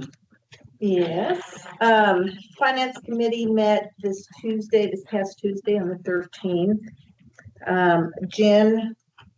What's Jen's last name? Snyder came, and we had a draft investment policy that we had kind of put together, or Andrew and the staff and Dan did, based on the state treasurer's standardized kind of policy. And so she had reviewed that and went over that with us and kind of gave us some ideas of how to make that more specific to Platte County Health Department. We also, even though we were very positive about the presentation last month on the MOSIP, the Missouri Securities Investment Program, we thought it might be wise to do some RFPs out there to look at other investment people. And Jen kind of suggested, we kind of were like, we're not for sure how to do that and stay within kind of legalities of a government organization. And so Jen's going to try and work on some formats for us.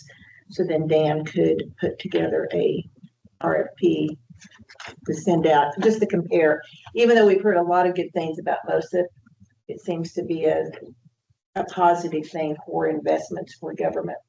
So how do you find other investment groups? So like, is there like a clearinghouse of government So related? there's at least one other big one, and I don't recall the name of it, but it's very similar to MOSIP. It's a pooled investment for government entities, but there's other companies that do that side business kind of thing. So Jen did recommend that we put it out for bid, see what the bids come back. Maybe there's. But how do we reach those people? How do we even know where to go? Well, we will send it to MOSIP and we will send it to the other one. The Finance Committee. Yeah, true. Jeff, you trying to do We'll a good figure job? it, yeah. Do all the work for me. Just kidding. Well, They haven't needed our help so far. technically, he's We on the always need finance your help. committee, so- Technically, I was supposed to be, but I was busy, so I Don't shouldn't have kick been there. yourself out. Yeah, you're welcome I anytime. was out of town. But she did have suggestions on who we sent it to. Okay, excellent. But I And think, like Susan was saying, just to make sure we get the best bang for our buck, we want to make sure, and we actually on this have to put it out there. So it'll be good. But I will say, even if we just went with MOSIP today, we would be utilizing our funds to get the best return, better return than we currently. nicer rates. And then I just wanted to kind of mention, we've kind of said we're going to have a financial report that has the reserve account separate and whatever. And Michelle is working on that. Hopefully by next month we'll have that. Excellent. For us. When's your next meeting? So I can actually. It is This is- September 10th at 10:30. It's always the second Tuesday. Tuesday. Okay. Right? Second Tuesday. Okay.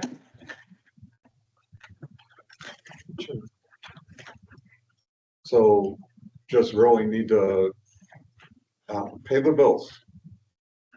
Do we hear a motion? I have a motion that we pay the bills for the month of July. Do we have a second? Michael seconds. Any further discussion? Okay, let's vote. Susan? Yes. Me, yes. Mike? Michael, yes. Zach? Zach, yes. Kim? Yes, Done deal? Fee resolutions. Do you have all the stuff you need me to sign checks? Dr. Chaffee's son checks. You But there's signed a already? You whole signed the bunch of check? stuff for you to sign right there, Right here, right yeah. here. And then I have some more for you coming. Okay, And Dr. Chaffee. I'll do that later. That's fine. After the meeting's over, I can sign them. Yeah. Okay, next. It's back to you, Dan. Um,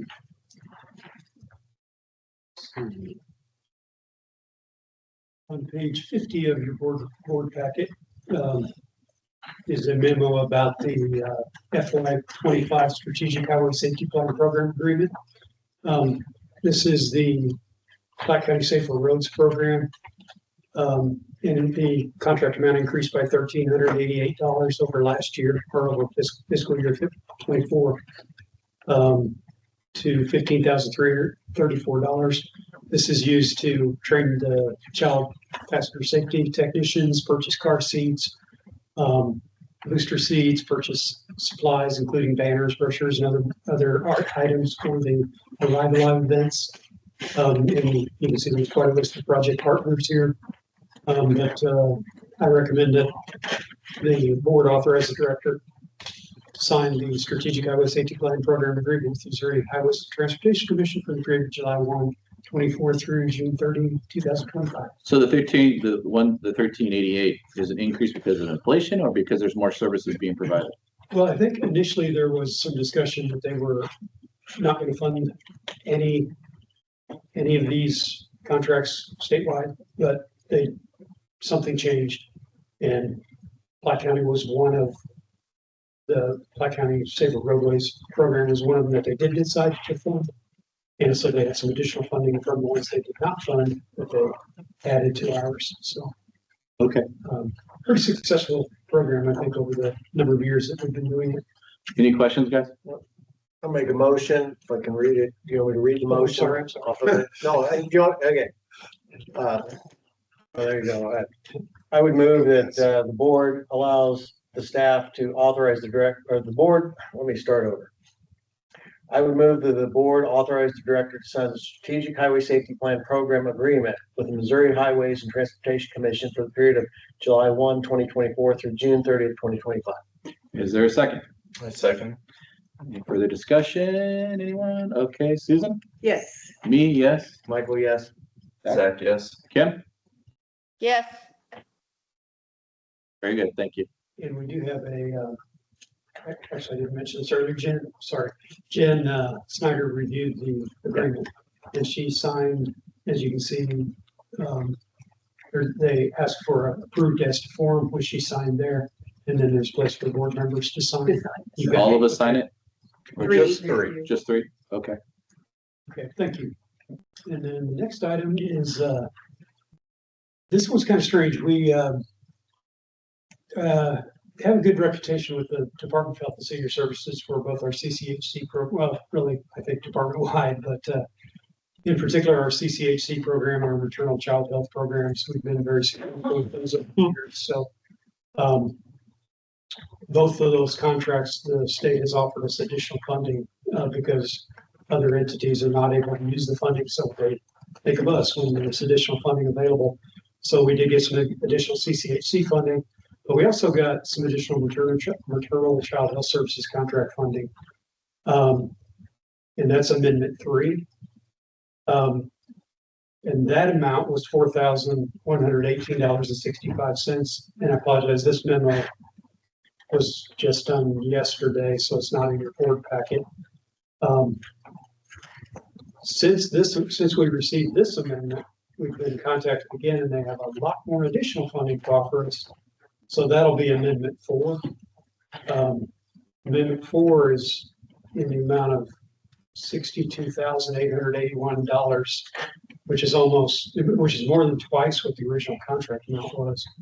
But they have a lot of additional funding, like I said, that they have reallocated to us if we can spend it by September 30th. And there's specific things we have to allocate the money for? Well, what are the rules? That's somewhat true. They asked us to come up with a wish list. And this is the wish list we came up with.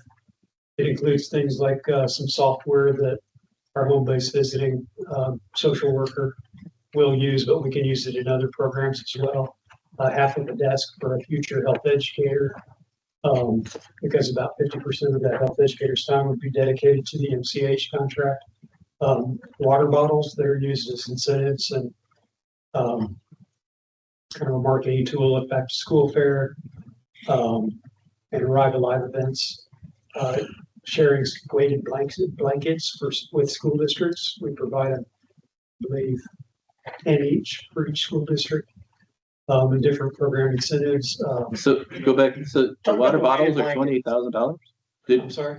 Talk about the weighted blankets. Are those for specialized, are those for autistic kids? I believe that's the case. That or anxiety, you Yeah, need they're to bring like back that. Those guys will issues. comfort hold you get. So Yeah. That's, I'm confirming. Yeah. So go back up, so the water bottles is $28,000? Yeah, that's, Don't you want to use that money for something else? well, it's crazy. We put together this wish list and we're like, there's no way we're gonna get all this, but let's just put together a wish list. Right. And the back to school fair and the, I didn't list Arrive Alive events, but, those are held, there's there's two of them each year. West Platte and North Platte combined together to have one event, and then Park Hill South and Park Hill alternate, each year. But anyway, we're talking about thousands of high school students, so there's a lot of opportunity to give those out. And basically, the funds have to be used for programs that impact mothers and children between the age of 0 and 19. But I guess the water bottles are incentive for them to come to the actual event, or is there stuff that going on at the event they're using the water bottles for? There's stuff going on. Well, it's just basically a door prize essentially, but Are they at the Stanleys? event. No. But the other thing is we are trying to encourage them to drink water. Yes. And so, I mean, that's part of the whole water bottle thing. These are containers, not bottles of water. Correct. Right. Yeah. Containers. And Like reusable. any marketing, Yeah. Right. I'm getting into the weeds with you guys, Yeah, but, okay. So they like say health department and all They're that. not- kind of stuff. You need us to authorize this plethora of extra funds that has been approved. Yeah. Well, and I guess the important thing, I think maybe you're asking that question, is these are the things they approved. Like, this is what we submitted, and they said, these are great ideas, we're going to fund it. Okay. And Dan actually had to go back and forth on some of these things to explain, like, we got questioned on like the desk. We got questioned because they just wanted to make sure that the person that got it worked half their time in MCH. And we could confirm that. There was something else they asked about, I don't remember what it was, but these have all been vetted. So if I sign it, they'll give us the money and then we can make these purchases. Yeah, the only catch was it has to be done by September 30th, so I kind of worded my recommendation in a manner that, hopefully the board will, consider. Any discussion, guys? Kim, you have any discussion concerns? No, Good. Okay, I just need a motion then. All right. I move to authorize the director to sign amendment number 03 and number 04 to the MCH services contract between DHSS and PCHD for the contract period ending September 30th, 2024, and to proceed with purchases as outlined in the table presented. Okay, you have a second? I'll second that. Okay, no further discussion. Let's vote. Susan? Yes. Me, yes. Michael, yes? Zach? Zach, yes. Kim? yes, Okay, done deal. Okay, I think the next thing is Janelle, you're up.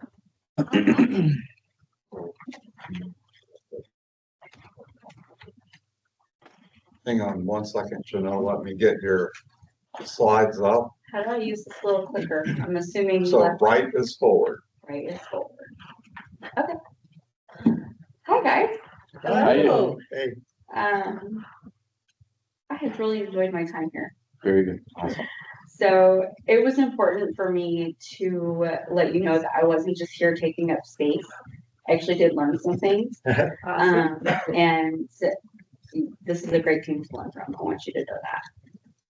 And so this is what I've been doing. First, I was born in Texas. My family moved around several different times during my early childhood. We landed in Southeast Iowa, which is where my family still lives. I moved to Missouri 21 years ago and met my husband. We've been married 19 years.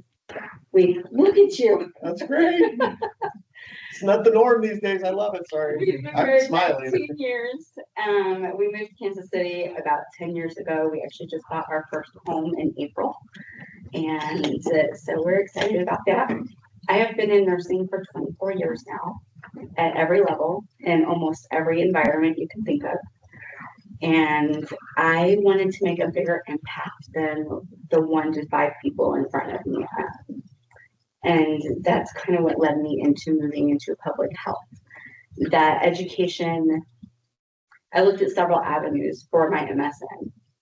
And I enjoy education. I am an educator at my core, but the education track is more teaching nurses how to be nurses.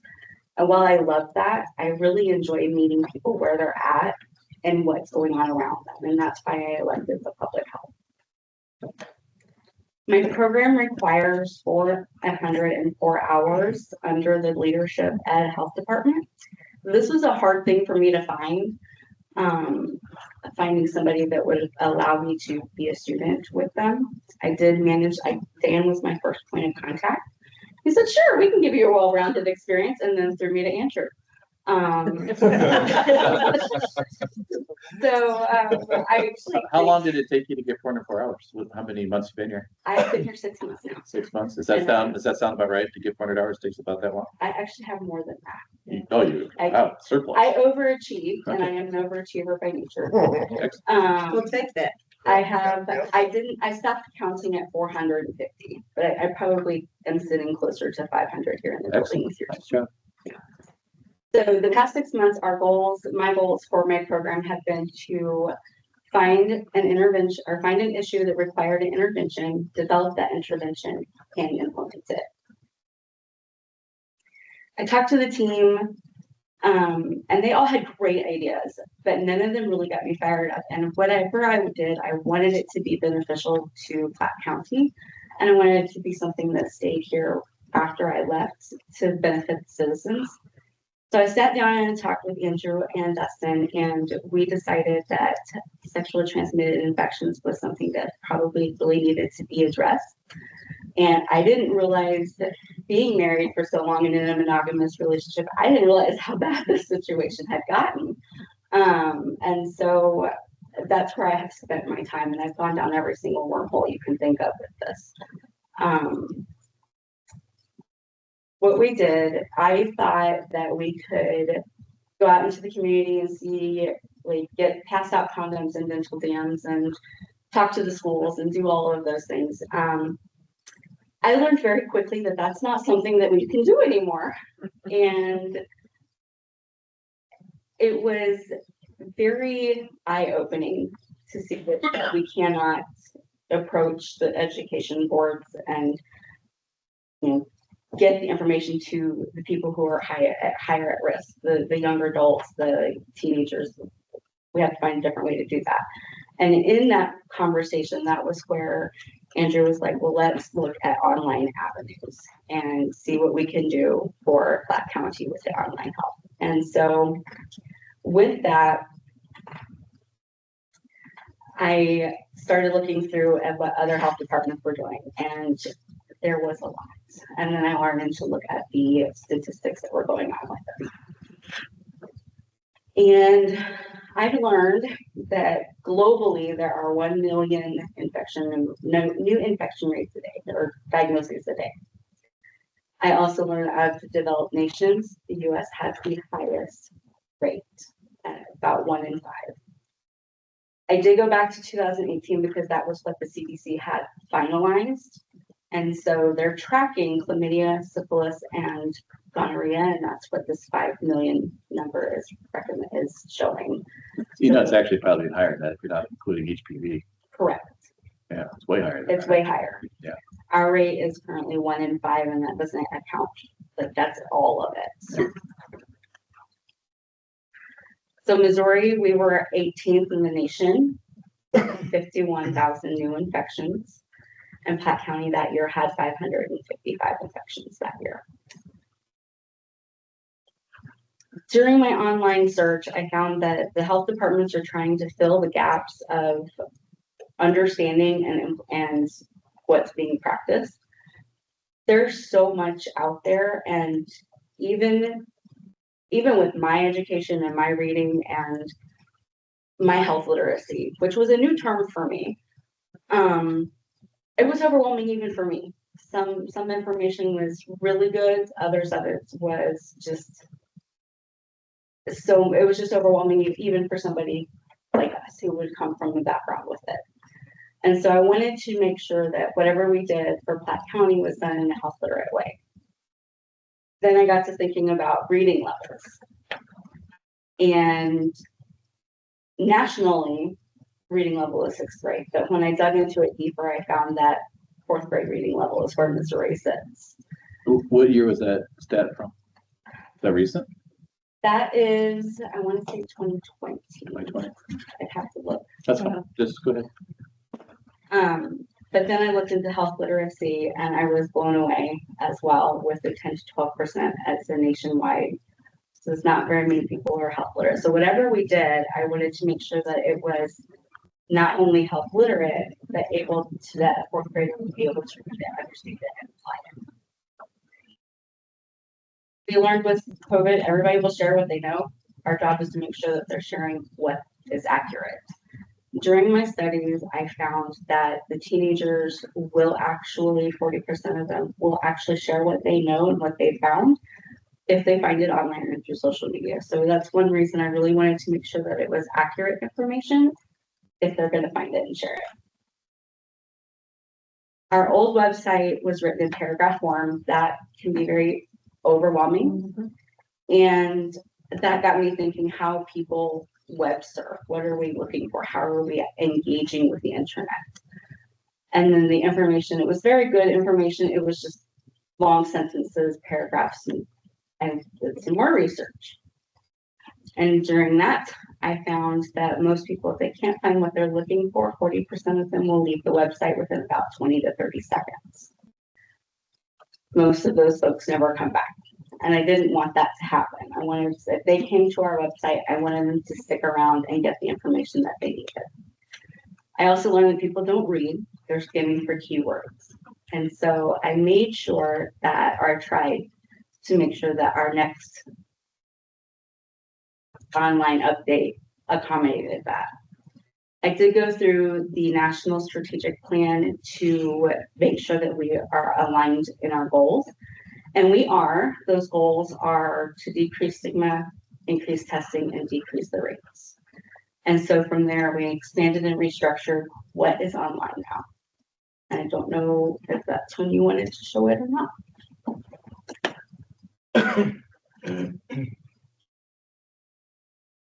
Well, you didn't tell me I was doing that. Oh, you told me you were doing that. I said you were. Okay. Wrong keyword. We Fortunately, apparently the only place I go is our website.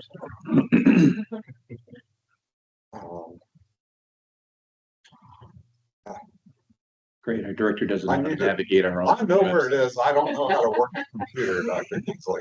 So what I did is I went through and sitting with the nurses for the past probably about 10 weeks or so, I got a feel for what they were getting asked the most. And this is now structured in a way that answers most of those common questions. And it accommodates for the not reading, but the scanning. It also gives them the appropriate use of condoms and dental dams that I was so adamant that we hand out initially. Add expanded information for what they can expect. I know it can be scary when you come in, and whether you're 15 or you're 45, it can be scary to come in if you've never had to come in before. And so I wanted to alleviate that stressor for them. There are hyperlinks now for any of the disease processes. Those go to Mayo Clinic. I selected Mayo Clinic because it does write down, they platform it so that it is written in a way that is easily understandable to a 6th or 4th grader, and it is for those with low health literacy. So that is why I chose Mayo Clinic.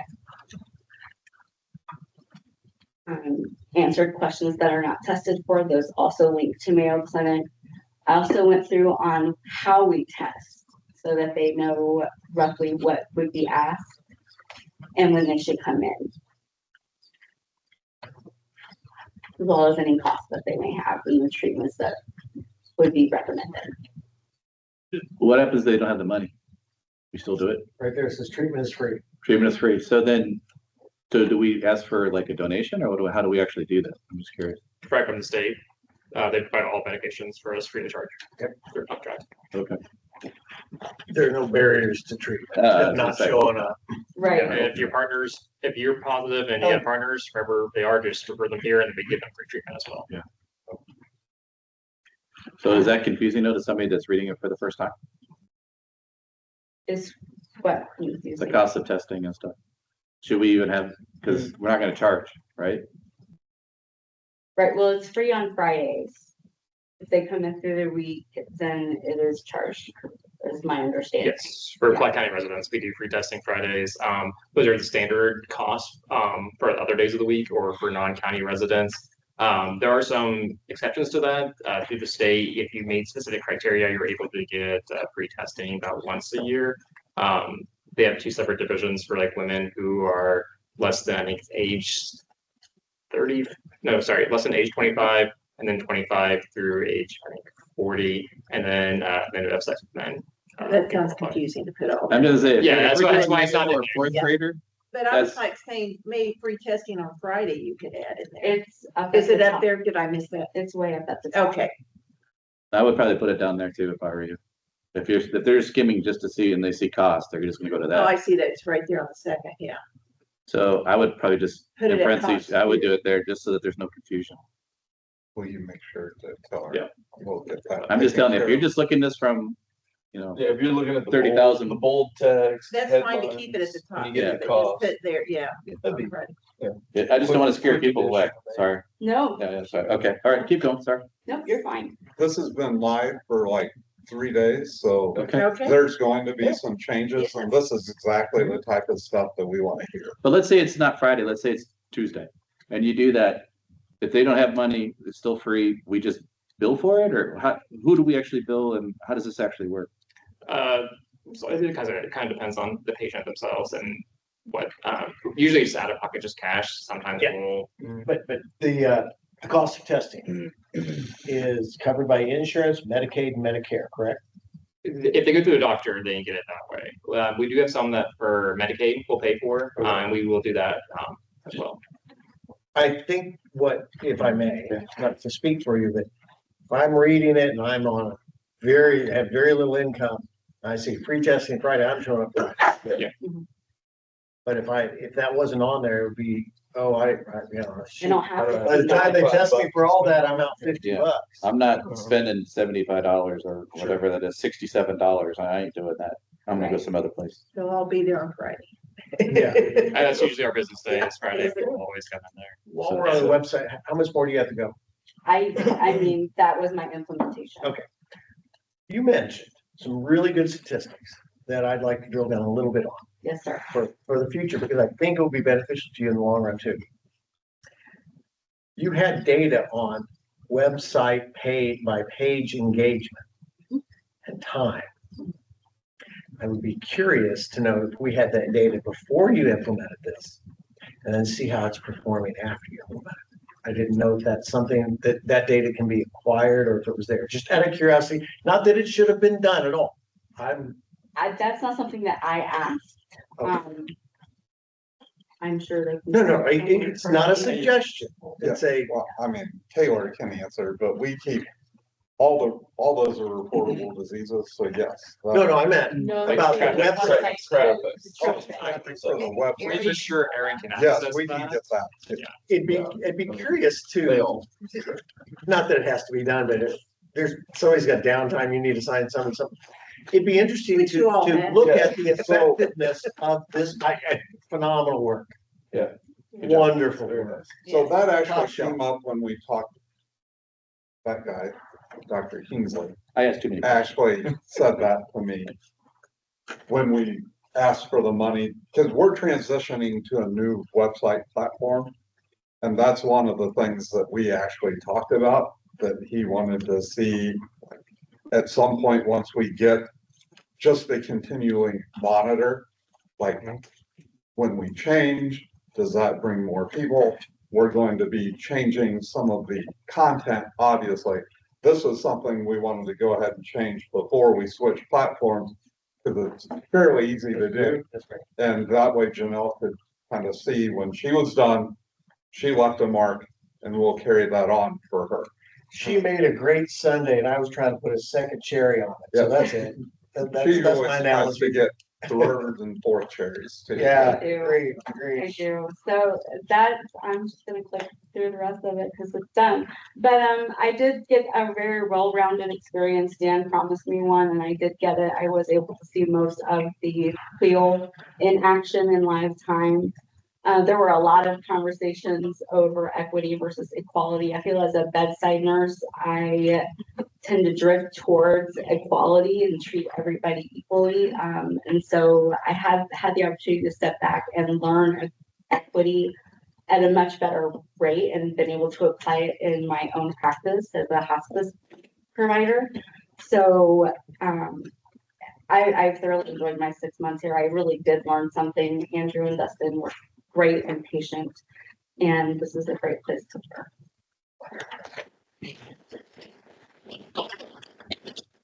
Good job. Any more Good job. questions for Janelle? She Yeah, likes when I I ask her just gotta tell you something that Yes, going to the sir. meeting that he and I went to, equity is being phased out. They got new terminology now, What's the nomenclature. word? Teach me. What was it? What was the new in my notes. something in culture or something? They're changing the words because equity is becoming so, it's like a hot issue, but so people just shut off, don't want to even hear it after. Politicized. So they're changing the words, and then those words will be the hotbed issue, and then they'll shut it down at that point, and then they'll switch to another words. But all these little graphs, you're gonna probably have to change them here in about a year or two. That's what, when she started talking, saying she wanted to do stuff with STIs, I said, you mean VD? No. And she's like, no, and I'm like, oh, STD, no. So, I mean, it is kind of, we evolve and sometimes the nomenclature does change, so. It will be changing. Yeah, we already heard from the Called me CDC. really old is what she said, so. I'm ancient. I think we had a discussion, like, we need to take things for Nobody some said of she these needs to be STIs. kind. Yeah, once they realize the STI is same thing as the STD, same thing as venereal disease, then they'll have to come up with a different term for something like that, yeah. And so I think the last thing is last year, Von Sante, which is the big fundraiser for Northland Healthcare Access, who provides some of our, well, almost half our funding for a social worker, well, not almost, half our funding for a social worker and a lot of our funding for our primary care clinic. Their big fundraiser is on October 17th.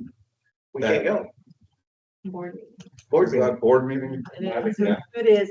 I think they planned it that way. They don't want us there. They I told want us to go to the Save me some game. money. unless we decide to do our meeting there and force them to participate whether they like it or not.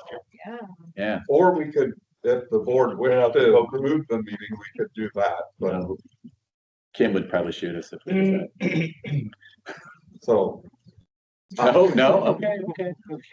I lose on that one. So, Don't point to Kim, Dr. Kingsley. yeah, so it's not till October, which is why we brought it up now. So if the board, feels real strongly, let me know before next month's meeting. And I'll put it back on the agenda so we can move the meeting if we need to. So just kind of give you the heads up since you kind of knew this. So Mary Jo, who was the previous director, I went to that one. That was where they honored her for when she was retiring. And the whole ceremony is that they have like a guest speaker or whoever the person of honor is or whoever it is, they do the little speeches and they, say thank you for your service, that kind of stuff. But they also talk about all the services that they provide in the Northland. And then meanwhile, they're serving food. And then they're also doing auctions. And they had like chief signed helmets. And they're generating revenue that way. So it's actually kind of a fun function. So if it's something, if you're interested in doing, don't let the board meeting at time or whatever hold you back from going. I mean, So if one person wanted to go, if I wanted to go, I mean, there's still 4 people here. we still have three's a quorum, right? Right. Yeah, so 2 people could actually go if they really wanted to. It's a fun event. I'm thinking I would like to go. That's fine with me. Yeah. Same with you, Kim. If you want to go too, nothing's to hold you back. I'll go. There we go. Okay, there's 2 of us. But only 2 can go though. If 3 go, then it's a board meeting. So, okay, so you're getting, okay, so I guess we got our We volunteers. could send 3 as long as it's announced. Can we do that? Or do we have to just say that they will be a board? We'll have to move the meeting, but yes, as long as we make public notice. Yeah. Right. That you're all going to be there. Okay. So Do we need to reach out to Arts and ask them if they have an extra room? For an hour. An hour. Well, we can do our meeting. If I may, Mr. Chairman, may I suggest that we go over this topic again at the next board meeting? And I'd love to show up, especially with the beautiful name tag that the director got for me. Which was very nice, by the way. Thank you. Well, the health department. I believe that our board showing up at this with our name tags on, it's clear who we are. This is our backyard. Northland Healthcare Access is a phenomenal entity. It's something that I'd like us to put on the agenda to discuss at our next meeting. So, Yeah, I mean, we can, support one. what I would propose then is that we get a table. Okay.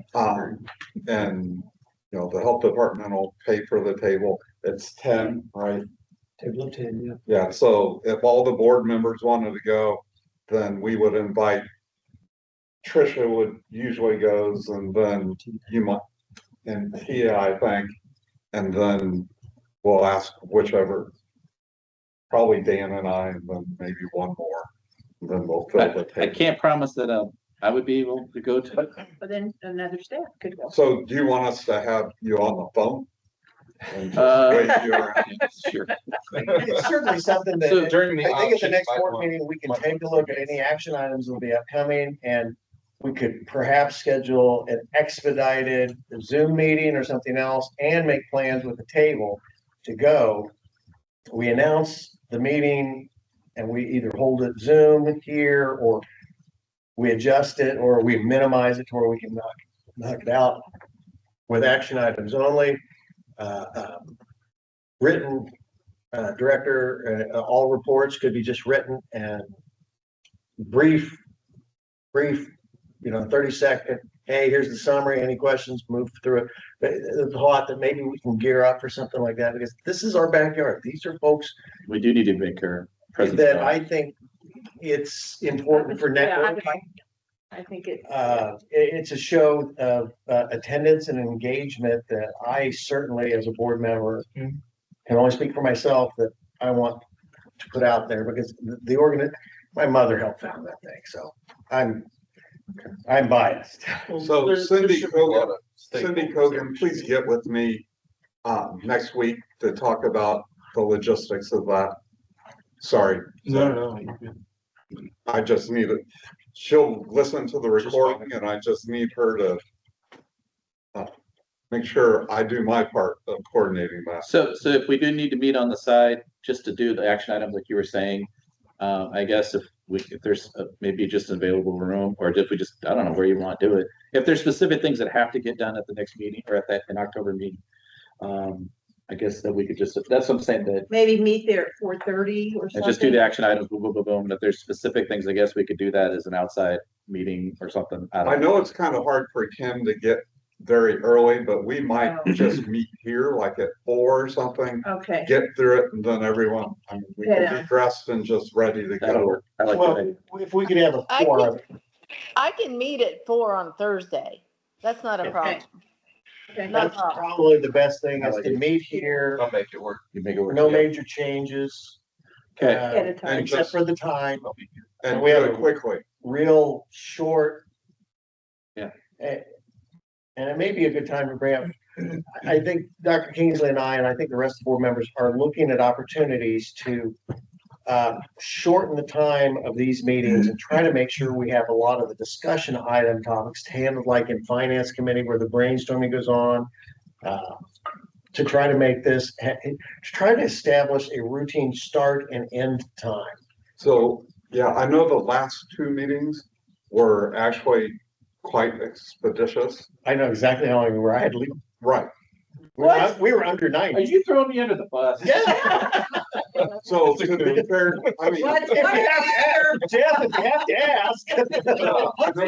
Tire tracks. so I know tonight, I'm sorry, we just had a lot. Yeah, this stuff had to, No, I'm not complaining. and it had to be said. Everything that said had to be said.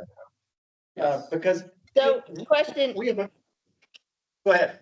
oh, sorry, we're gonna talk though about the other situation with the heating and cooling though, with the humidity issue before the next board meeting. That will be discussed, correct? Yes, Yes. so we can expedite that as well. We Yeah. may have an emergency Zoom meeting to review the bids and take an action item on it. And I think that's appropriate, given the staff. Yeah. The gravity of the staff's being uncomfortable, I felt. They don't tell us there's a problem, they say it's a problem. They're saying it's a real problem. And we really need to move on. So I think that's the best thing we can do. And it's our citizens too coming in. Well, everybody. Yeah, that seems to take up a lot of time, so maybe that would extract time from the next meeting too. Yeah. I think a separate meeting to approve it. Get them rolling. I will know the bids before they get here, just telling you. Yeah, and I guess the last thing, I don't want to make this meeting even longer, but I would really like Dr. Kingsley and Dr. Chape both went to the National Association of Local Boards of Health National Conference. And I know you both prepared book reports and have lots to say. But Short and sweet for me. I'd like to know how that experience was and whether you met. I up took with the copious folks notes, that actually. I just grabbed the wrong notebook. I'll give you a summary. The National Association of Local Boards of Health has gone through a fiscal transition as well as a leadership transition. The previous chair, president of NALBO, passed away this last year of cancer. I had the sense of a leadership void. They are $100,000 in the hole, and they were fiscally mismanaged. Had to hire a contracting company to do their business management to get back on their feet. They anticipate before the end of the year, they will be back to a neutral budget. They're not yet in a position to engage in supporting and providing services to promote state, like a MALBO, Missouri Association of Local Boards of Health. We spent some time, we were very much educated on big contracts. The attendees were mostly board members. Very few were elected. It was my sense. Mostly all appointed. Mostly appointed. Yeah. They had discussions about the challenges of boards that have governance, which is they're elected, they have authority to make changes, and these advisory boards, or is there another term for it? Advisory Board of Health is what I was used to. Correct. We'll say the advisory boards of health. So we went through that. We were educated, and while the speaker we met out agreed with some of his political rants, he made a point that policy is the way to affect the most cost-effective change, and that engaging in policy is important. I'm not going to have discussions about our perceptions of some of the other comments that were made. It's not appropriate for here. Yeah. We went there also with the thought of, do we need a Missouri Association Local Board of Health sanctioned by NALBO. Because it would only make sense if they have services that they're going to pass down through to encourage membership, networking at a local level with representation at the national. That's not in the works anytime soon, is my take. I think I got most of that. We were able to meet with Scott Allen out of Webster County and his team. He's got a real supportive team. They are like-minded individuals, personality-wise. They're service-oriented. They have, it was really good to see what we can do to help them and work with them. And it just inspired me quite a bit to realize there's a lot of counties or health districts that could use this sort of forum, communication, interaction. If you want to use the word networking, I don't like that word, but it's not networking. It's helping each other. So I think there's a need for that statewide, how that can be best deployed with what are the principles of it, who it will serve, what kind of functions it will have, how often it would meet, what authority it would have, if any. We're working that out. We left that meeting with the plan to have a meeting with Tiffany from the Department of Health and Human Services, Scott Allen, who is the executive director for Webster County, Dr. Kingsley, and myself agreed, and we threw Andrew under the bus this time to also participate, to brainstorm, to try to get together a meeting, have a brainstorm about what are the needs for a Missouri chapter. We talked for a long time about it. Yeah. But to have this sort of an assessment to see, even though we may not have something under the umbrella of NALBO, will Missouri benefit from it? I believe yes. And mostly it's the smaller counties that don't have the resources, the experience. They have board members who may need some direction. And later at a different meeting, a sub meeting, I have suggestions to give to our brainstorming group that's going to meet. So, you mentioned you don't care for the term networking. So much of it is mentorship. Okay. And if you like that word better, whichever, because that is absolutely what since COVID, we had a huge exodus of established public health people in Missouri. And, we just have all these new people. Dan and I, we kind of laugh sometimes because we're on these calls. He's been going to these calls for 3 decades. I've been going, almost in October, 3 decades. This isn't new to us. We know that Platte County has good relationship. We get this extra money. Other people can't figure out how to spend it.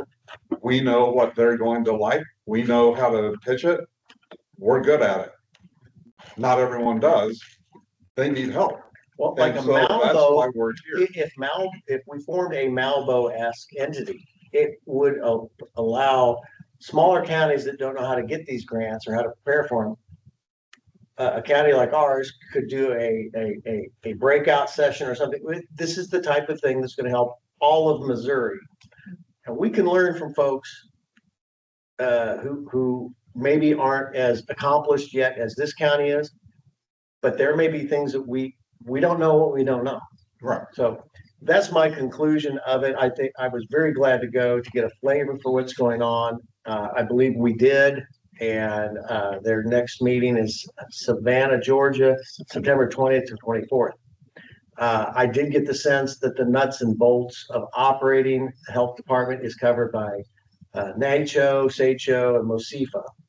That folks who need to know how to do the day-to-day ins and outs. But I see that a local board of health for NALBO, maybe a state one, would be more geared for board directors and how best they can work with and be educated about the challenges of their medical officers or executive directors. Yeah, and I think it's nice to have that resource for a board member to call a board member someplace else. You might ask me. Obviously, I'm going to have an opinion. I almost guarantee I'm going to have an opinion. But sometimes you might think, well, is that really the standard, or what are other people saying? And it's nice to have a colleague more in your position to be able to bounce it off of. I think we work great. I don't think any of you would dispute that. but sometimes it's nice to have someone more in your actual like position to be able to talk. I really do hope you had a great conversation with the board members from Webster County and with Scott. You had a lot to say. They were asking us questions. Highly impressed with Utah's statewide They were the local boards of health. Yeah. I have copious notes of how they structured it into two different LLCs so that they could legally have one arm work as lobbyists and the other arm is separate from that. So it was legal in their state for the state local board of health entity to lobby directly policy change. And that is, again, something, as I said, I will bring all of those notes and suggestions that I jotted down to our brainstorming meeting as we look at the possibility of trying to form something that will meet the needs of the Missouri boards of health. And I believe I sent all the board members the notice for the Joint Public Health Annual Conference in September. Did you get that? I saw it. Okay. So anyone who wants to go, we will cover that. Joint meaning between? So MOSIFI, MPHA, Mo Alpha, the state health department. So it's basically, well, it's the thing Dr. Kingsley is going to serve on a panel for the closing session. Oh, right. The country. What's my topic? That's right. What's my topic? We'll give you little cue cards. So I think they wanted you to cover how great your director is. But that'll be a quick talk. That'll be easy. So it will be basically how the board works with the health department. Right. I think Dr. Chaffee actually really covered a lot of the boards aren't equal and the knowledge of the boards aren't equal and kind of the position and how they see what their role is really different throughout. A lot of people get on their elected board of health because they don't like something. They don't want a sewage inspection, so they get on trying to thwart that, or they don't like food inspections. It's not, they're not all there for the altruistic thing of improving the health of their jurisdiction. And they're single issue and not aware that there's a whole lot more to it than just that. And then some people go on for one thing, and then they actually get sucked in seeing that maybe they didn't have quite the right impression of what the thing was. And I think like if we had a statewide organization where people can talk about this, then right. I don't know. Sorry. My takeaway, everything he said, the three things, I was actually surprised, we were both surprised how the national group was really not connected or interacting with the state groups. They were all separate entities, which from our experience there's like a huge outcry for some standardization, some like teaching modules, all those kind of things, which I think the state, like if we did Malbo, whatever you want to call it, I think that would be definitely a priority that we need to have done. The other thing that I took away from, which is the positive thing, is I think we're kicking butt as a board because listening to some of the horror stories from the other boards, we got our stuff together. And I don't know if we're just lucky or what, but it sounds like some boards are very toxic and we're not that. So Kentucky, with university support and funding for about $20,000, developed through a contractor a set of educational modules for new members of boards of health.